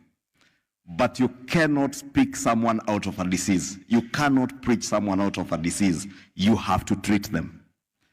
And therefore, I want to agree with the speaker who spoke from NACADA that we must work together with our county governments to ensure that we establish rehabilitation centers as treatment centers in all our counties in this region to treat those of us who are sick from the disease of alcoholism. The second objective of that bill or act of parliament was to make alcoholic drinks that are healthy affordable to many of our people. And we created a provision within our laws, the Excise Duty Act, to give 90% excise duty remission to beers that were produced from sorghum and millet. And the Honorable CS, who was then the senator for Tharaka Nithi, I engaged him because many of his farmers had suffered because they could not market the sorghum and millet that they were growing, especially the sorghum that they grow in Tharaka Nithi and parts of Kitui County and parts of Kericho, not Kirinyaga. But then successively, Your Excellency, our own government, between 2016 and 2021, in every finance bill we have targeted excise duty, the same excise duty on that beer. It's now, I think, at a 50% remission. And looking at data from beer manufacturers and even from KRA, they will tell you, successively, national government revenues from excise duty on alcohol has been going down. The uptake of second and third generation alcoholic drinks has also been going up. Therefore, there is some correlation between higher taxes on parts of the alcoholic drinks that are being sold and the uptake of illicit drinks. And therefore, there are hard decisions that we must make. And that we will not do with just KRA, we will not do by pointing fingers at our administrators and our police, who will in turn, as I was saying in the holding room, Your Excellency, the police will point fingers at the judiciary will point fingers at the county governments, and for those of us who are members of parliament and MCAs, we will point fingers at everybody. But that does not give us a solution. And therefore, I want to pray, Your Excellency, that these forums will come up with tangible and long-term solutions to the problem that bedevils not just our region, but our country. Your Excellency, I just want to conclude by saying from the National Assembly and Parliament, we shall do and endeavor to do whatever it will take. If there are laws that we need to change, it will not take us more than 3 weeks to do public participation and push those bills or amendments that we need to do. Because we must rescue, as you said, Your Excellency, a generation of young people that is going to waste. In another 10 to 15 years, this region will not have any productive young people. We pride ourselves as a region that we are enterprising, we are productive, we are rich, and we are many. But I was being challenged because when some other data was projected here, and I'm sitting next to my Governor Wamatangi, Kiambu was leading with the highest number of bars, highest number of wines and spirit shops, highest number of bars and restaurants. And I was telling my governor, these bars and restaurants is basically a bar with a bowl of smoky sausages, and they are licensed. But then the other presenter came on education, the regional director education. And we noticed with my governor that between 2019 and 2020, there was an upsurge of ECD students or pupils being registered in ECDs. Then the member of parliament for Nyeri Town and Nomba Ukanini Kega said that Ishioshiana Morashiarero Neado Agetishianyu.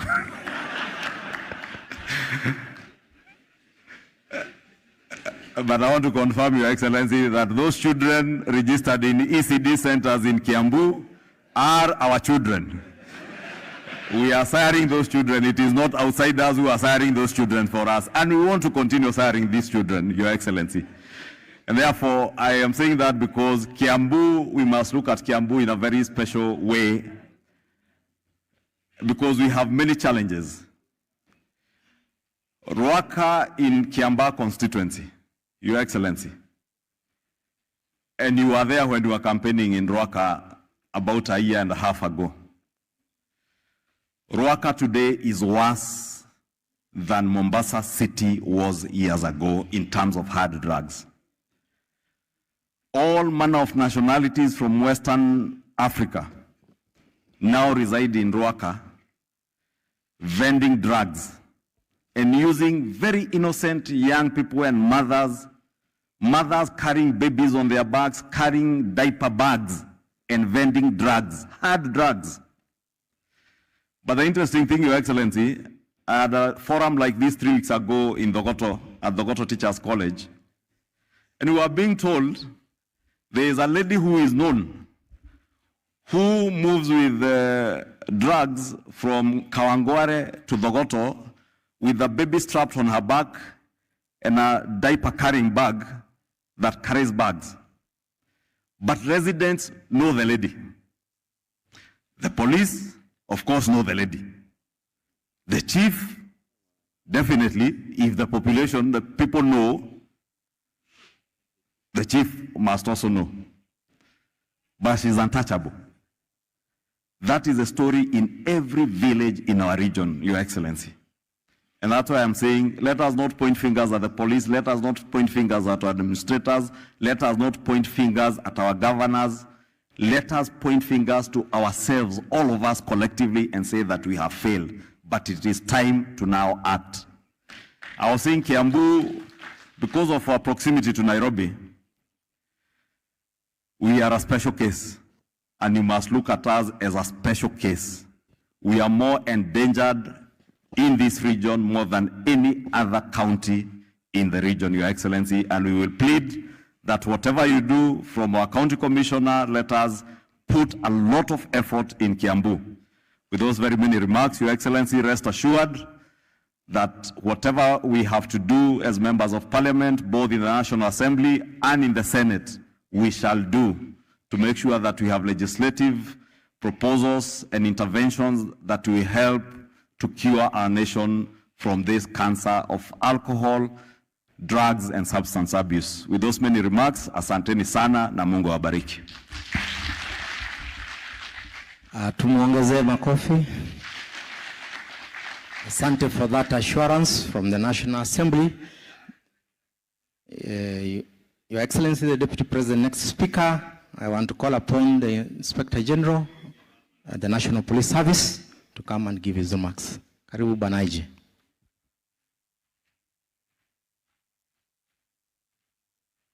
Give him a round of applause.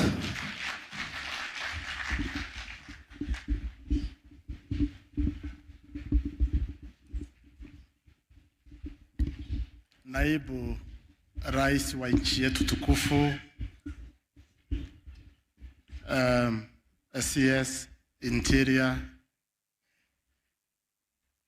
a chair, a council of governors, magavana ambao wako na sisi leo,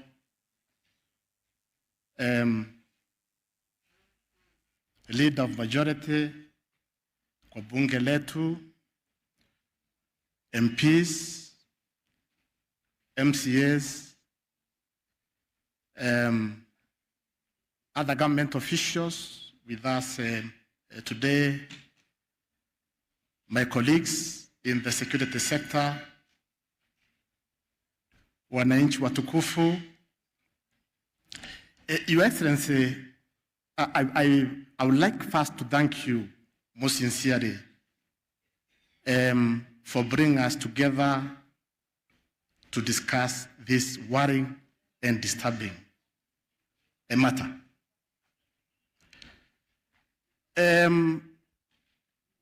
Mheshimiwa Naibu Rais, pahali tumefika, enough is enough. Ulevi kusema ukweli umezidi. We are not careful, we are going to lose our generation. We are not careful, tutakuwa na naibu raisi ambaye ni mulevi. We are not careful, tutakuwa na inspector generali anakuja hapa ni mulevi. Tutakuwa na CS wakati unakuja ambaye ni mulevi. Enough is enough. Your Excellency, I wish to declare my interest.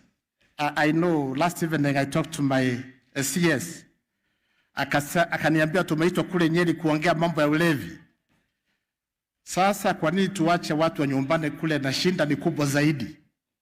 Na ndio sababu tumeita County Police Commander wa Embu yuko hapa. County Commander, Police Commander wa Tharaka Nithi yuko hapa. Uko shida ni kubwa. County Police Commander wa Meru yuko hapa, including the Regional Police Commander wa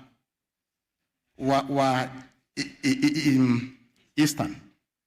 Kwa sababu tulisema mambo ya Mount Kenya yanazungumzwa, kwa nini tuachwe nje? Yale mazuri yanatoka huko, hata sisi tuwe pale. Mheshimiwa Makamu Rais, na nilikutajia pale asubuhi, nikienda kule nyumbani kwetu, ulevi, vijana wamelewa kabisa. Ilibidi juzi niweke 10 au walevi nizungumza nao, wamelewa. Waona kijana ni mdogo miaka 20 amenona kabisa, uso umefura, na ni pombe tu. Sasa nikauliza, huu levi si hata hiyo ini yako utachoma? Your Excellency, nilikuwa nakueleza mmoja aliniambia, wewe Inspector General, mambo ya ini yangu sitaje. Huyo liver akae kando, ninyo pombe ipite. Kwa nini huyo liver anakuja kwa barabara ya pombe? That is how far. That is how bad things are. We can't continue that way. Enough is enough. Na sista simama hapa kama Inspector General to be on the defensive. Nikiangalia hapa naona uniform imejaa hapa. Na mimi naongea kwa niaba ya wale wote from the security sector. Tuko wengi hapa. Kusema ukweli, hatuta kujaribu kusema sisi ni wasafi. Sisi ni kama pamba. Tukubali. Tusiwe on the defensive. Iko shida. Na si vizuri tushinde hapa kuongea. Wenzangu, tumeleta Deputy President hapa, tumeleta magavana wameketi hapa tangu asubuhi mpaka saa huu, hawa wananchi wote, then once we leave here, there is no action. It can't happen. Your Excellency, we have the WhatsApp forum now, commanders. I told them part of their performance contract with me, the pale kila asubuhi wana post jana zile raid walifanya ya pombe, wana post WhatsApp group picha, naona. But we are not doing enough. We are not doing enough. Officers wenzangu in uniform, hata kama iko tunasema we independent, hapana, iko interdependence. Na all the elected officials wale wako hapa, I've asked my officers to work with the elected officials. They have no option. They must work with you. Kwa sababu county police commander hapa can be transferred. But can we transfer Governor Kaiga? So if you don't work with the governor here, although atusemi naye governor akishika walevi, wewe police officer ukishika regional commander ukishika walevi wamejaa kwa seli, mimi najua governor atakupigia simu achilia. Na hiyo tukubaliane, elected officials, kwa sababu hii kazi tutaifanya na maofisa wengi tumekubaliana. I told the deputy president this morning, and I'm not threatening anybody. Najua kuna mengine tutazungumza kule baadaye, lakini we are not going to transfer a problem. If you are OCS Kiamariga, pale bangi imezidi na ulevi umezidi, why do I transfer you to Kirinyaga? Is that the right thing to do? I'm transferring a problem. Aya kazi lazima tufanye. Your Excellency, tumekuwa accused, tunachukua vitu kule. Na labda ni vizuri Deputy President yako hapa, ma-OCS yule ameiletea IG kitu, labda mnaenda mkulokota kule mkisema mnapelekea nani huko juu. Yule ameiletea mimi hapa, county commander, OCPD, regional commander wao kuniletea. Your Excellency wapiga saluti, simama wapiga saluti, Your Excellency yaone. Waliletea kitu. Kwa hivyo wakati wanashika kule na kuachilia, hiyo ni shida yao. Na kila mtu atabeba msalaba wake. I'm not threatening anybody. Because we must, mimi CS wangu waja niuliza kitu. Hako hapa. Hakuna siku ameuliza kitu. His Excellency amenipatia uhuru wa kufanya kazi. And maofisa wenzangu, mimi nitasema mbele ya umati, muko na serikali ambayo inawasikiza. Mulikuwa mmenyang'anywa kwa mambo ya licensing ya bunduki, civilian firearm licensing. His Excellency amewarudishia. Yule sawa na license ni officer mwenzenu. Jana tu Coast Guard ilikuwa na commanded na retired military officers. Jana tu His Excellency appoint a police officer asimamie awe Director General wa Coast Guard. Juzi tu bilioni 20 zimetolewa, mnapata vifaa, bunduki nzuri, ndege za kupigana na wakora wa North Rift. What am I saying? There is a lot of goodwill from the government. Mshahara unatengenezwa. Na mimi najua wakati His Excellency anafunga hiki kikao, mimi najua haya tataja tu. Mambo haya tataja, very soon mfuko utakuwa mzuri and you'll be running to the bank kwenda kuweka kitu. So serikali inaangalia maslahi ya maofisa. Ours, we have a responsibility to give back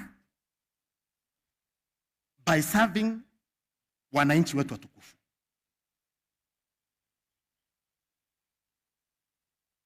Hii Ruaka imekuwa kila pahali, Ruaka, Roysambu. Ni ukweli. We have foreigners wamejaa pale Roysambu, wanauza drugs. and they are known.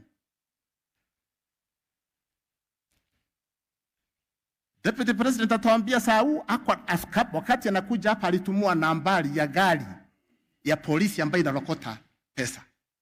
Your Excellency, am I talking too much or? But aliniambia mimi nikiwa kwa ndege, mwananchi wa hapa Nyeri alinitumia namba ya polisi ambaye naenda mahali fulani kuchukua nini? Kurokota kitu. That will not take you anywhere. That is custody money. Therefore, Your Excellency, mine is to assure you that we are committed. This is a fight we must win. Ulevi huwezi endelea. I know there is also another conversation about even ulevi ambayo inaruhusiwa, na hata imekuwa too much. Tunaona kwa barabara baa ziko all the highways, na wamezoea kuweka flat huko watu wanakaa juu kule juu. Sasa unapata mwanaume anakaa kwa pale weightlifting from Friday to Sunday, just weightlifting. I mean, we can't continue this way. Therefore, this is a conversation, Your Excellency, which must continue. This drunkenness, lazima tutaja. Otherwise, mine is too usual, and may God bless you. Lakini Your Excellency, ni ruhusu ni introduce huyu DIG is a day old. And he has instructions to hit the ground running. Come, Bwana Kanja.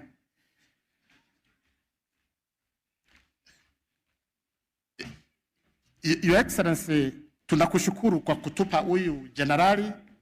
Is a long-serving officer, wealth of experience, and we know him as a person of integrity. Kwanza hiyo vita ya kupigana na pombe, public safety iko kwake. Hii ni siku yake is it ya pili? So can you a commitment, your commitment, personal commitment? Your Excellency,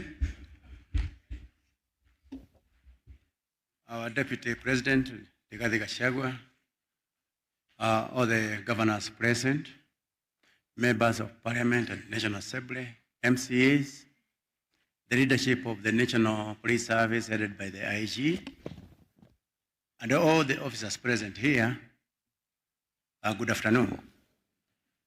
To start with, my name is Douglas Kanja Kirosho, formerly the Commandant General Service Unit, and right now the Deputy Inspector General in charge of the Kenya Police Service. First of all is to appreciate our President for finding favor in me and appointing me the Deputy Inspector General. I'm happy about that. In charge of around 75,000 officers who are responsible in the profession of security within our republic to ensure that we have peace and security. We cannot have peace and security when half of the republic is drunk. Our CS was categorical and clear. We have three major challenges. Number one, terrorism. Number two, bandit, cattle rustling. And now number three is alcoholism and the drug abuse.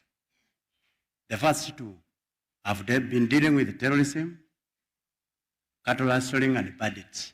That have actually been my field of specialization. Remember, I was the operations commander in Illicit when the Republic was attacked. I went there, I worked for 19 hours together with others, and we were successful. We ensured that we liquidated the terrorists, and we were able to save 1,200 Kenyans and other nationalities who are trapped in the Illicit buildings. I've been deployed in burning down there when there were real troubles of terrorism. Right now, Lamu area, coastal region are quiet. Northeastern is quiet. We are operating in North Rift right now, dealing with the bandits. And I want to assure you, Your Excellency, that it's just a matter of time. That area will be quiet, like any other areas within this republic. Now, I'm going to deal now with the issues of drugs, alcoholism. And for your information, I happen to come from this county.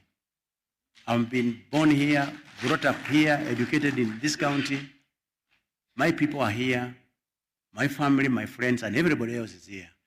I am pained by what we are seeing here. My small shopping center, half of them are drunks. So it's a big challenge, but we are equal to the task. I want to assure you, Your Excellency, that we are going to walk this journey together with others and everybody of goodwill. At the end of the day, we are going to succeed because we have even succeeded where things were very thick. Even this one, I want to assure you that we are going to succeed. Our fellow officers, I count on you to support us so that we can be able to eradicate this menace. We will be having separate discussions so that we can be able to see how best we can be able to deal with these issues. As our IG has said, internally we have our own problems. We are going to address those problems so that we can be able to also move forward. And with those few remarks, let me say thank you very much, sir.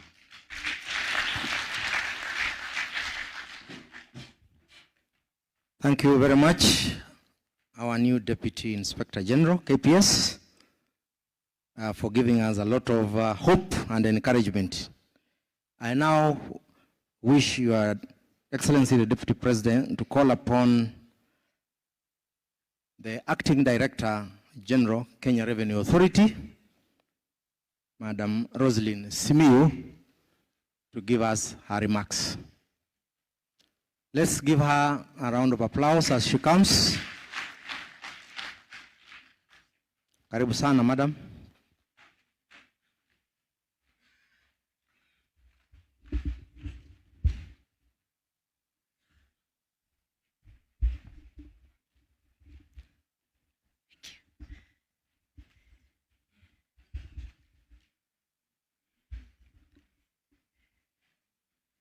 Your Excellency, Deputy President, CS Interior, our governors, all governors present, all PSS present, our IG, all our leaders in various sectors of government, in the political sphere, and even our religious leaders, good afternoon.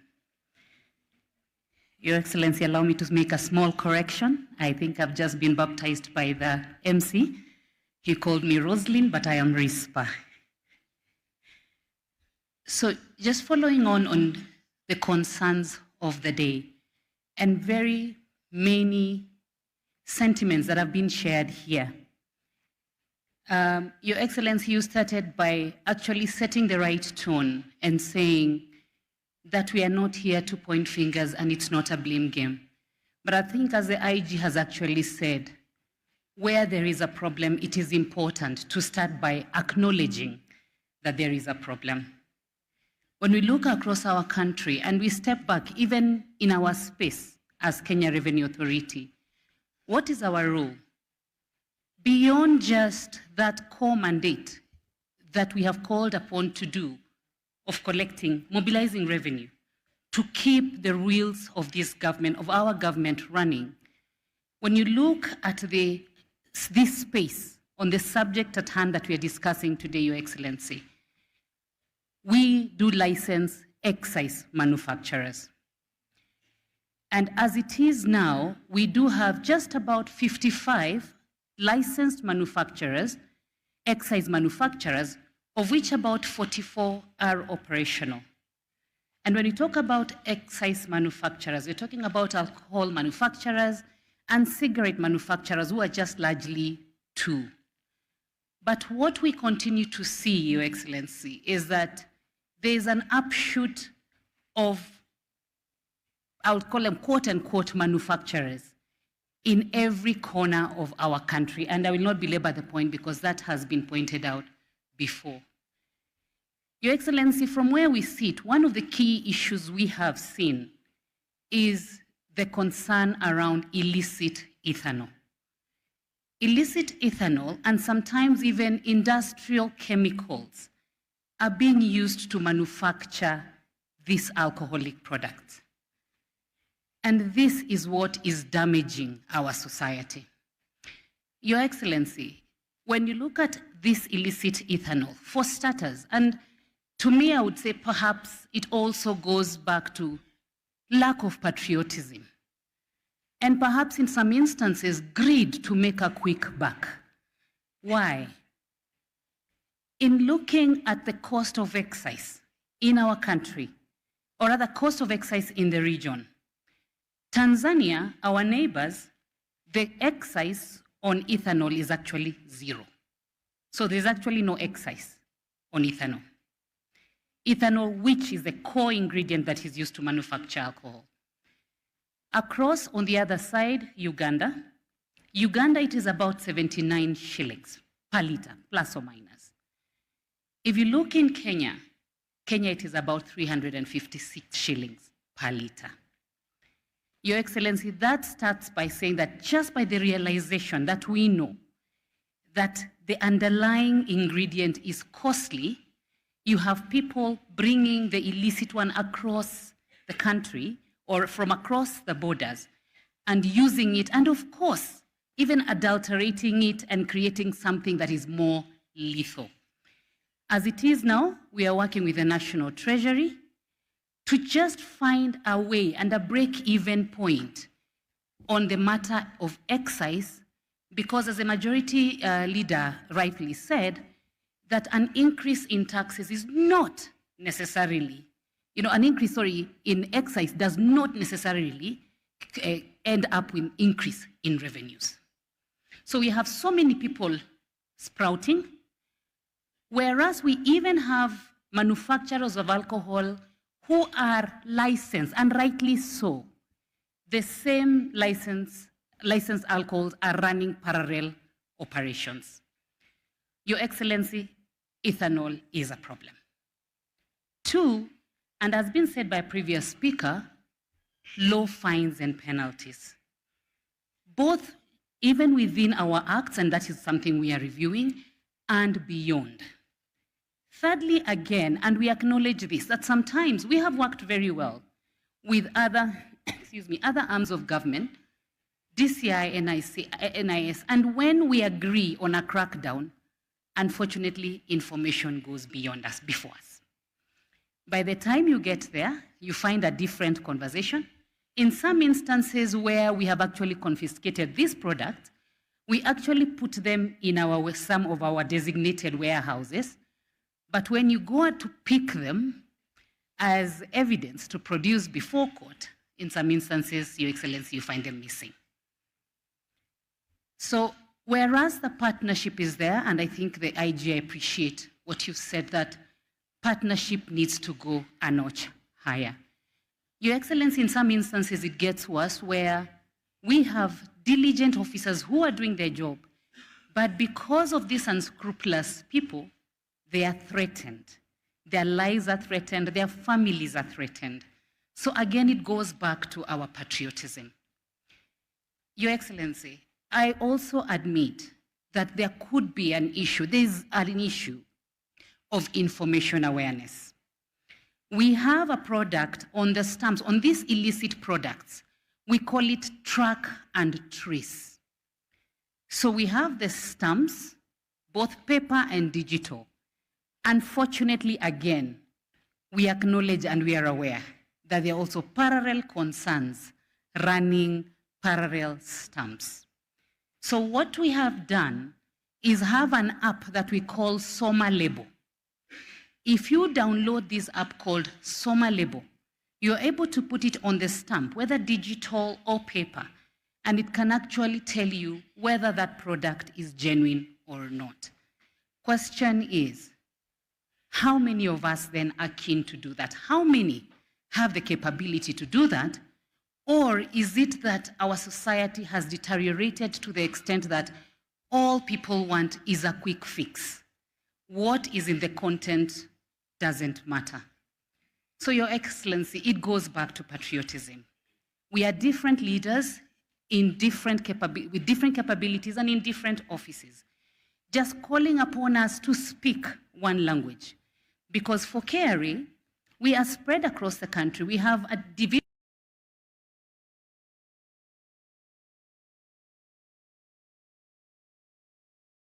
Staff that cover across the country. If you look at Central and its environs, we have presence in Nyeri, Embu, Meru, and Thika. We are working on expanding our operations, but we cannot be everywhere at the same time. So calling again on that whole of government approach to move together as one team. Your Excellency, Waswahili wanasema kila soko lina mwenda wazimu wake. And it means right from the home, in our offices, in our spaces, we will not stand here and say we are clean. But it means the important thing is to accept and realize there is a problem. And for that, we truly appreciate this event, this bringing together like-minded people, so that then we can have a sharing of minds and ideas, and of course, speak from the general public. What can we do better? What can we do differently? Thank you very much, Your Excellency. Thank you very much. We apologize for missing out the proper name. Thank you very much. Our last in a series of the speakers, I want to call upon the Managing Director, KEBS, retired Colonel Bernard Jiraine. Please let's give him applause as he comes.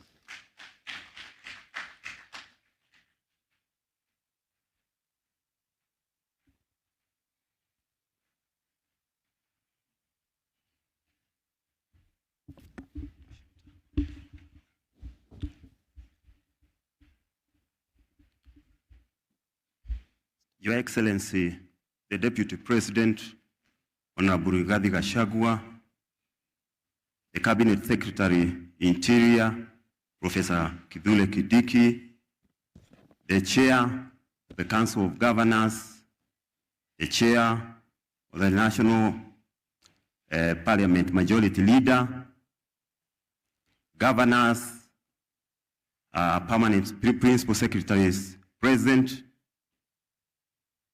all protocols observed. Good afternoon. My name is Lieutenant Colonel retired Bernard Jiraine. I'm the Managing Director, Kenya Bureau of Standards, the agency that is responsible for governing and maintaining standards in the Republic of Kenya. Our overall objective is generally to enhance the business competitiveness through standards and quality. We are therefore there to ensure that we develop the standards that are appropriate for the products that we consume, so that we can ensure we sustain safety. In addition to that, we are also the custodians of the national standards. All the measures that are there in the country are also entrusted on KEBS to ensure that we have traceability to international systems of units. And the regulatory work that we also do is to ensure that we inspect all goods coming from abroad to ensure they also meet the standards that we have all agreed. And also, we go out there to ensure manufacturers also are able to manufacture within the parameters that we have agreed. Our scope is wide, and therefore we work with all stakeholders. When it comes to development of standards, and I'm very delighted that all the leaders that have spoken before here have made their commitment to this call by His Excellency the President, that we need to eradicate alcoholism and illicit alcohol. We have developed over 20 standards jointly in Kenya and at the East African level. As you know, for us to be able to trade with our partner states, we have to harmonize our standards. We have all these standards that are there to guide us, to ensure that whatever we are making, whatever we are importing, is in compliance to these standards. I would like to say from the very onset that we have explored various ways and means to accommodate those that probably need to take alcohol. We have developed a standard for Chang'aa. There is a standard for Chang'aa, and the essence for that was to try to bring on board formalized establishments or farms that can be able to manufacture in an organized, structured way where we have control measures so that we do not have illicit or toxic Chang'aa. In addition to that, we have also developed another standard for cereal beer flour.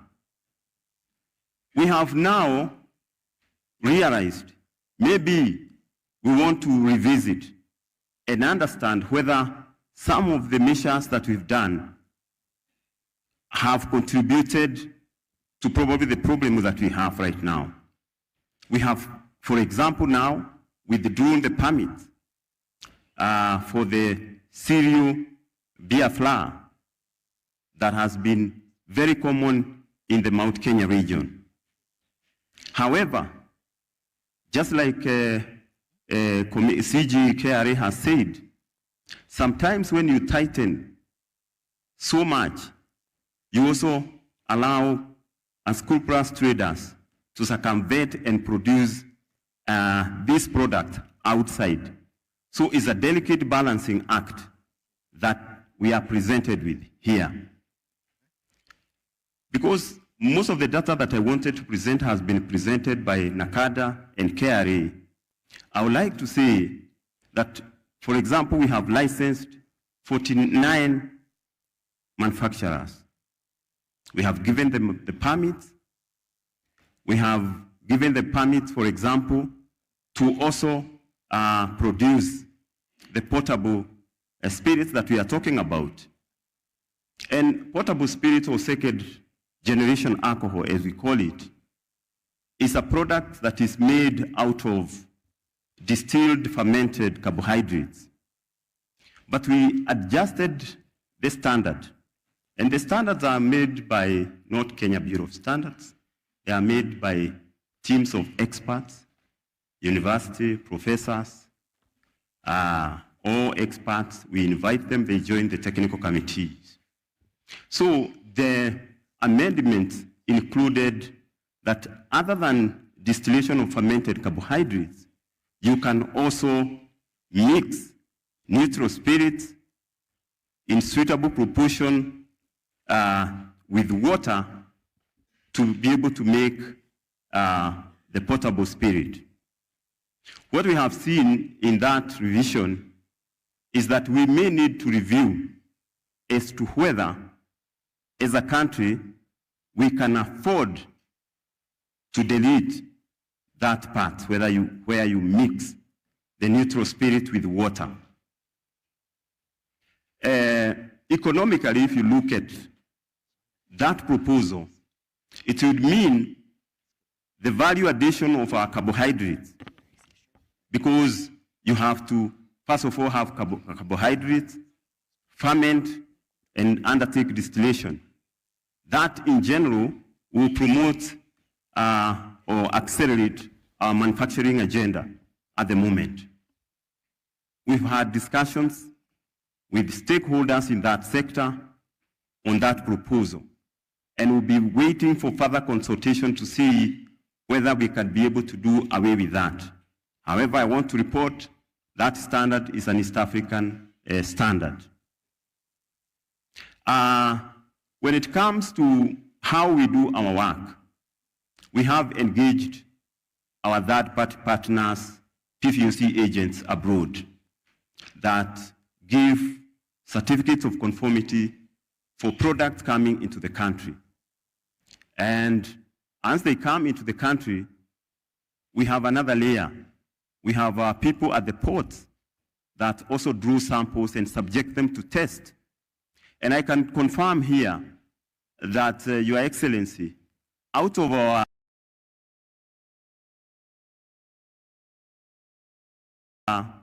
surveillance, largely, we have had no major issues in terms of contaminants of products that we receive. When we got out there to control the manufacturers, because before we even permit them, we have to ascertain that they have sufficient control measures on the raw materials, in process, and also production, at the end of the production. And again, out of our report, the official one is that most of the products are complying. The issue that we have in all this process is that subsequently, there are manufacturers who are also counterfeiting their own product.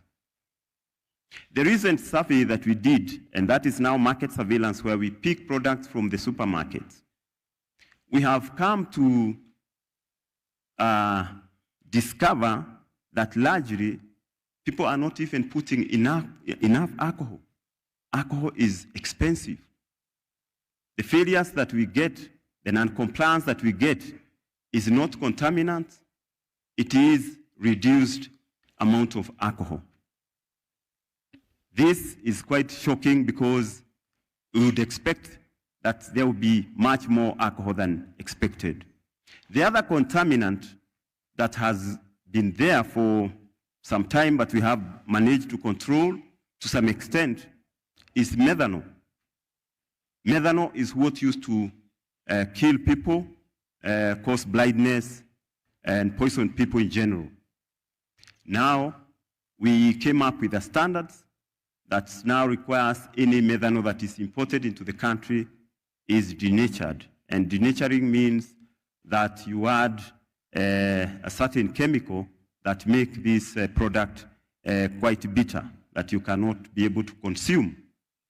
So these are some of the initiatives that we've been able to do. Now, when it comes to counterfeiting aspect, because most of the drinks, I would say, are also counterfeited. When you test, when you look around the counterfeited drinks, they obviously cannot meet the standards. And that is where we need to put much, much more effort in eradicating the counterfeited drinks where people are using other people's bottles. Before I conclude, Your Excellency, I would like to also say that we need, as a people, to be able to create an awareness, win the hearts and minds of our consumers to appreciate the quality. Most of the consumers are not aware the dangers and the cost associated with cheap product. And it is called the cost of poor quality. It comes with a very high cost. The other thing I would like to say, for us to win this war, I don't know whether this is appropriate to say here, but let me say, public officers indulging or participating or in active business of alcohol is also there. And I would request, because I'm a gatekeeper at the port, that the government generally make a policy that deters public officers in engaging in businesses of alcohol. Because we have challenges of consignment. When we are testing them, we also receive pressure. But we undertake inspection based on our mandates. With that, I would request and beg to take a seat. Thank you.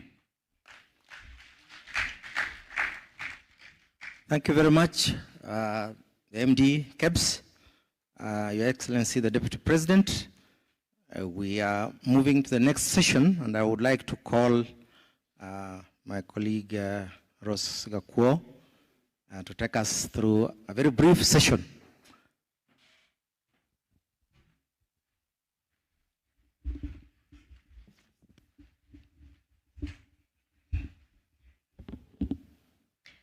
Your Excellency, sir, indeed, we continue to take delight in your presence here, and we appreciate, ladies and gentlemen, all the remarks and the input we have received from our stakeholders. At this juncture, Your Excellency, we are crossing over to the final, the culmination of today's exercise, where we'll have the plenary to give room for questions, answers, and input from all members present here.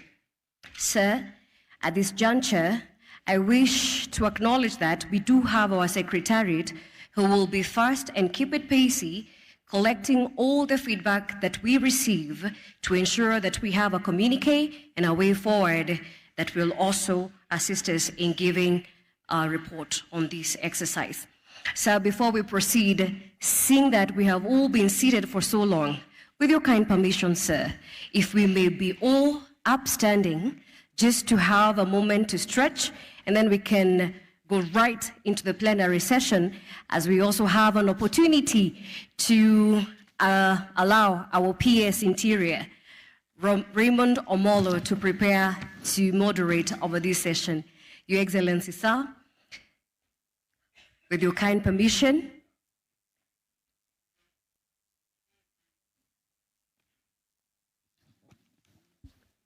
the plenary session, ladies and gentlemen, will give us an opportunity and a platform to air our views, seeing that we have been given very significant inputs from subject matter experts, right from the national government administration officers, as well as our elected leaders. Will have a platform for all members present here to air their views so that we're able to build on that. It's a plenary session that will be open. We'll also request studio, as well as our team from sound, to be ready to avail our public address systems so that we're able to hear from everyone who will be engaging during this plenary session. Interior PS, Raymond Mulder, sir, most welcome as we moderate this session.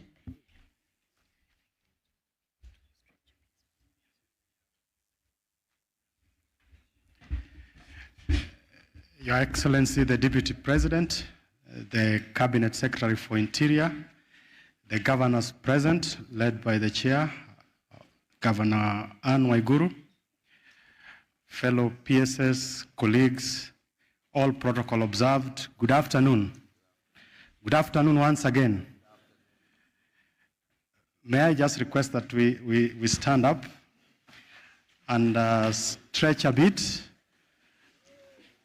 Let's try and stretch.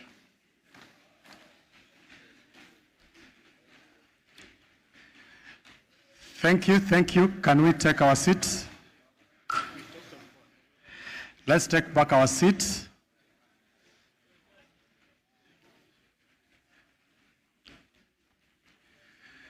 I'm sure we are all wondering when we are going for the lunch break.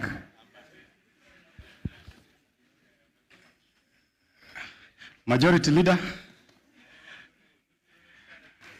Host Governor, can we take our seats? Thank you. Now, I would want us to go through this session in the fastest manner possible. If we can do under 1 hour, so that then as we break for lunch, then we are all able to disperse. Now, for the plenary session, and listening throughout the whole morning to all the speakers who've been here, at least I've picked 5 critical things that would be good to speak to as we go towards the closure of this session. One, Your Excellency, is the issue around security, particularly the criminal nature of what we get as an effect of alcohol and drug abuse. There is an element on trade, where they are looking at it from a business point, also from a revenue perspective. There is an issue around health, and the majority leader aptly put it that alcoholism is a disease, but then there are also other health-related issues that are tied to it. Then there are issues around regulations, which are more legal, what needs to be looked at, both at the National Assembly, but at the county assemblies. And the last point from my end is on issues to do with education. How is this affecting education for our children? And is there a need to look at our curriculum just to deal with the issues around alcohol and drug abuse? Your Excellency, the Deputy President, allow me to invite the first speaker for this session, the Governor for Kiambu County, Kimani Wamatangi, just to respond, but more critical, to speak to some of the issues that we need to take away from this forum. Thank you.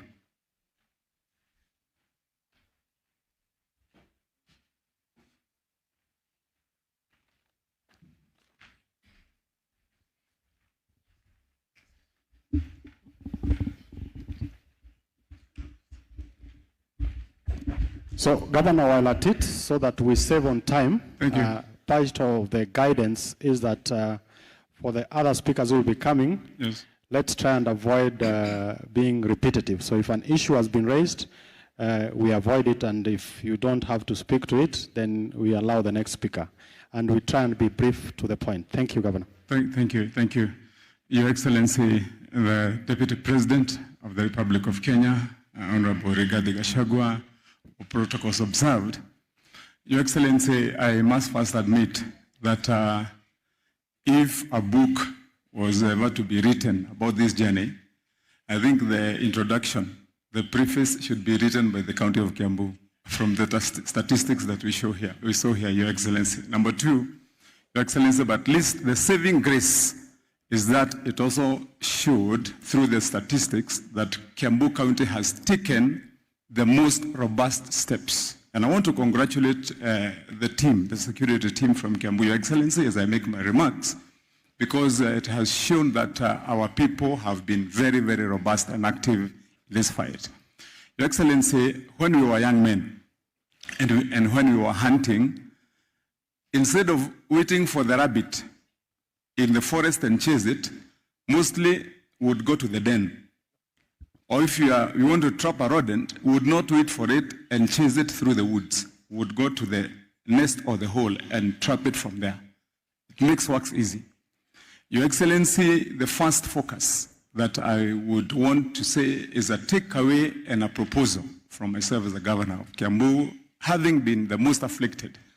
Your Excellency, is that the primary focus should be entirely on the source, the manufacturers, those that go to distribute. And Your Excellency, we have very good comparison here. Number one, the reason why the provincial administration and the police have, at least to a certain extent, succeeded is because when they got to target the illicit brews that are brewed within our areas, they go to the source. You see their photos at the rivers, spilling it. You see them in dens, spilling it. But when it comes to the bigger menace, as shown by the statistics, which is now those bottled counterfeits and concoctions, those ones are done in factories and protected areas. And they are brought with the protected means like trucks and lorries, Your Excellency. When they come here, we try to fight them from the shops, from the wines and spirits areas, and they're already widely distributed. If our focus, Your Excellency, would be entirely on the source where they're coming from, such that when they go and they're moving, we would have already ensured that we have taken a robust step in control, Your Excellency. Number two, Your Excellency, my last thought and proposal is that understandably, and as you have explained in other fora, the judiciary cannot be here for obvious reasons. But it's also acknowledged that indeed the missing critical pin or cog in this matrix is the judiciary. And Your Excellency, the frustration that the judiciary is or has been well spelled out. It is you arrest these people, once you arrest them, you take them there, they are charged peanuts or fined peanuts, and tomorrow they are back to their trade. So, Your Excellency, I have a proposal, again arising from the many endeavors and engagements that we have had, and the majority leader of the National Assembly touched on it a little. Your Excellency, what we intend to see or would want to see is a punitive process or an expensive process, Your Excellency, that makes it deterrent. I'll give an example with your permission.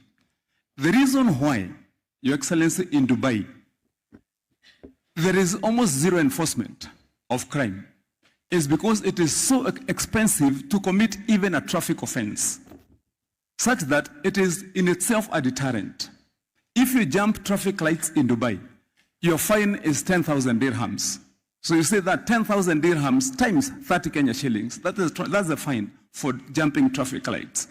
And so you will find people obeying without even anyone watching, because when the camera clicks you, then you prepare 30,000 dirhams. Your Excellency, our proposal would be as such that because we are not able to go and enforce inside the judiciary, how do you find these people? With the proposal that the majority leader was making, that indeed, and that was also my thought, that we should have one national legislation that cuts across, and I think also my chair proposed the same, such that then we have those standards in that legislation, Your Excellency. We would be proposing that we make fines for offenses relating to this abuse of the ingrained law, Your Excellency, so expensive that an offender will find it easier to follow. And that way, Your Excellency, we would have some sense of compliance, at least from our end, initiated from our legislature, Your Excellency. And at least because the judiciary will follow the law that has been passed and proposed by the National Assembly, they may not have any other escape but to apply the law as it is. Your Excellency, my thoughts are that if we did that, then at least we would have made those two steps towards ensuring that this is curbed. I'm one of the big victims in this, Your Excellency.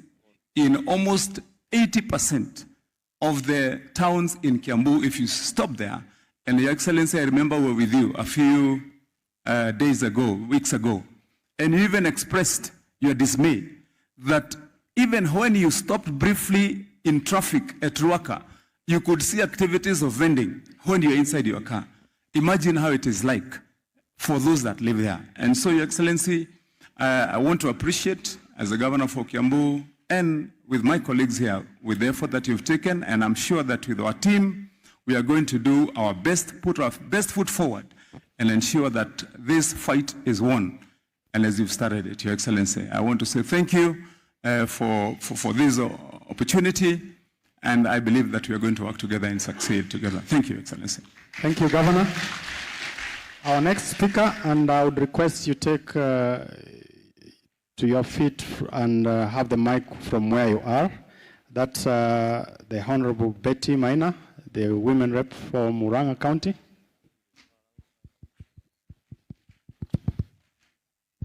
Thank you. Thank you so much. Your Excellency, the Deputy President of the Republic of Kenya, we are so much pleased for you inviting us to this forum. I was not ready, but I can't lack a few things to say. One, we must request our governors that we have to regulate issues to do with licensing of the outlets. I wish the clergy gave us the statistics of the number of churches we have in our counties so that we have a comparative advantage. We must say as a region, we are failing, and we are failing big time.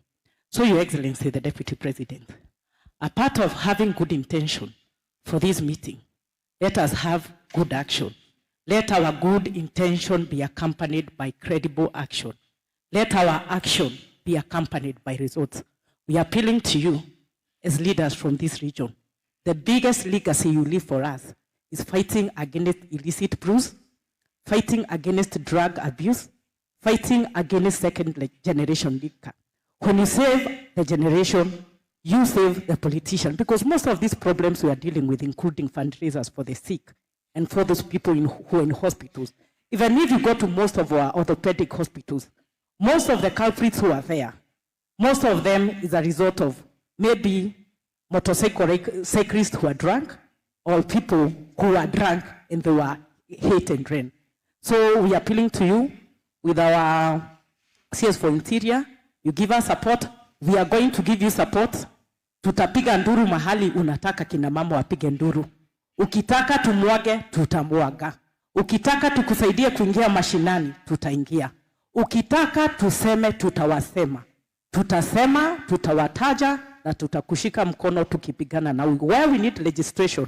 As the members of parliament, we are going to offer support. Thank you so much. We don't take this forum for granted. Thank you, Honorable Betty. Our next speaker is Honorable Kanini Kega. Is he there? Or he stepped out? So then next is Governor Badilisha. Your Excellency, CS Interior, colleagues, governors, all leaders, I just want to join those who are saying this is a very important meeting. Thank you for the opportunity for us to come and listen and also to hear our views. Mine is only two things. Number one, the KEBS officer has told us they have licensed 49 manufacturers. I would propose that we have zoning of those manufacturers so that we are able to know that alcohol can only be manufactured at a certain zone. And anybody who wants to do the business of manufacturing can go to that zone, open a business of manufacturing there, so that the inspection can be easy.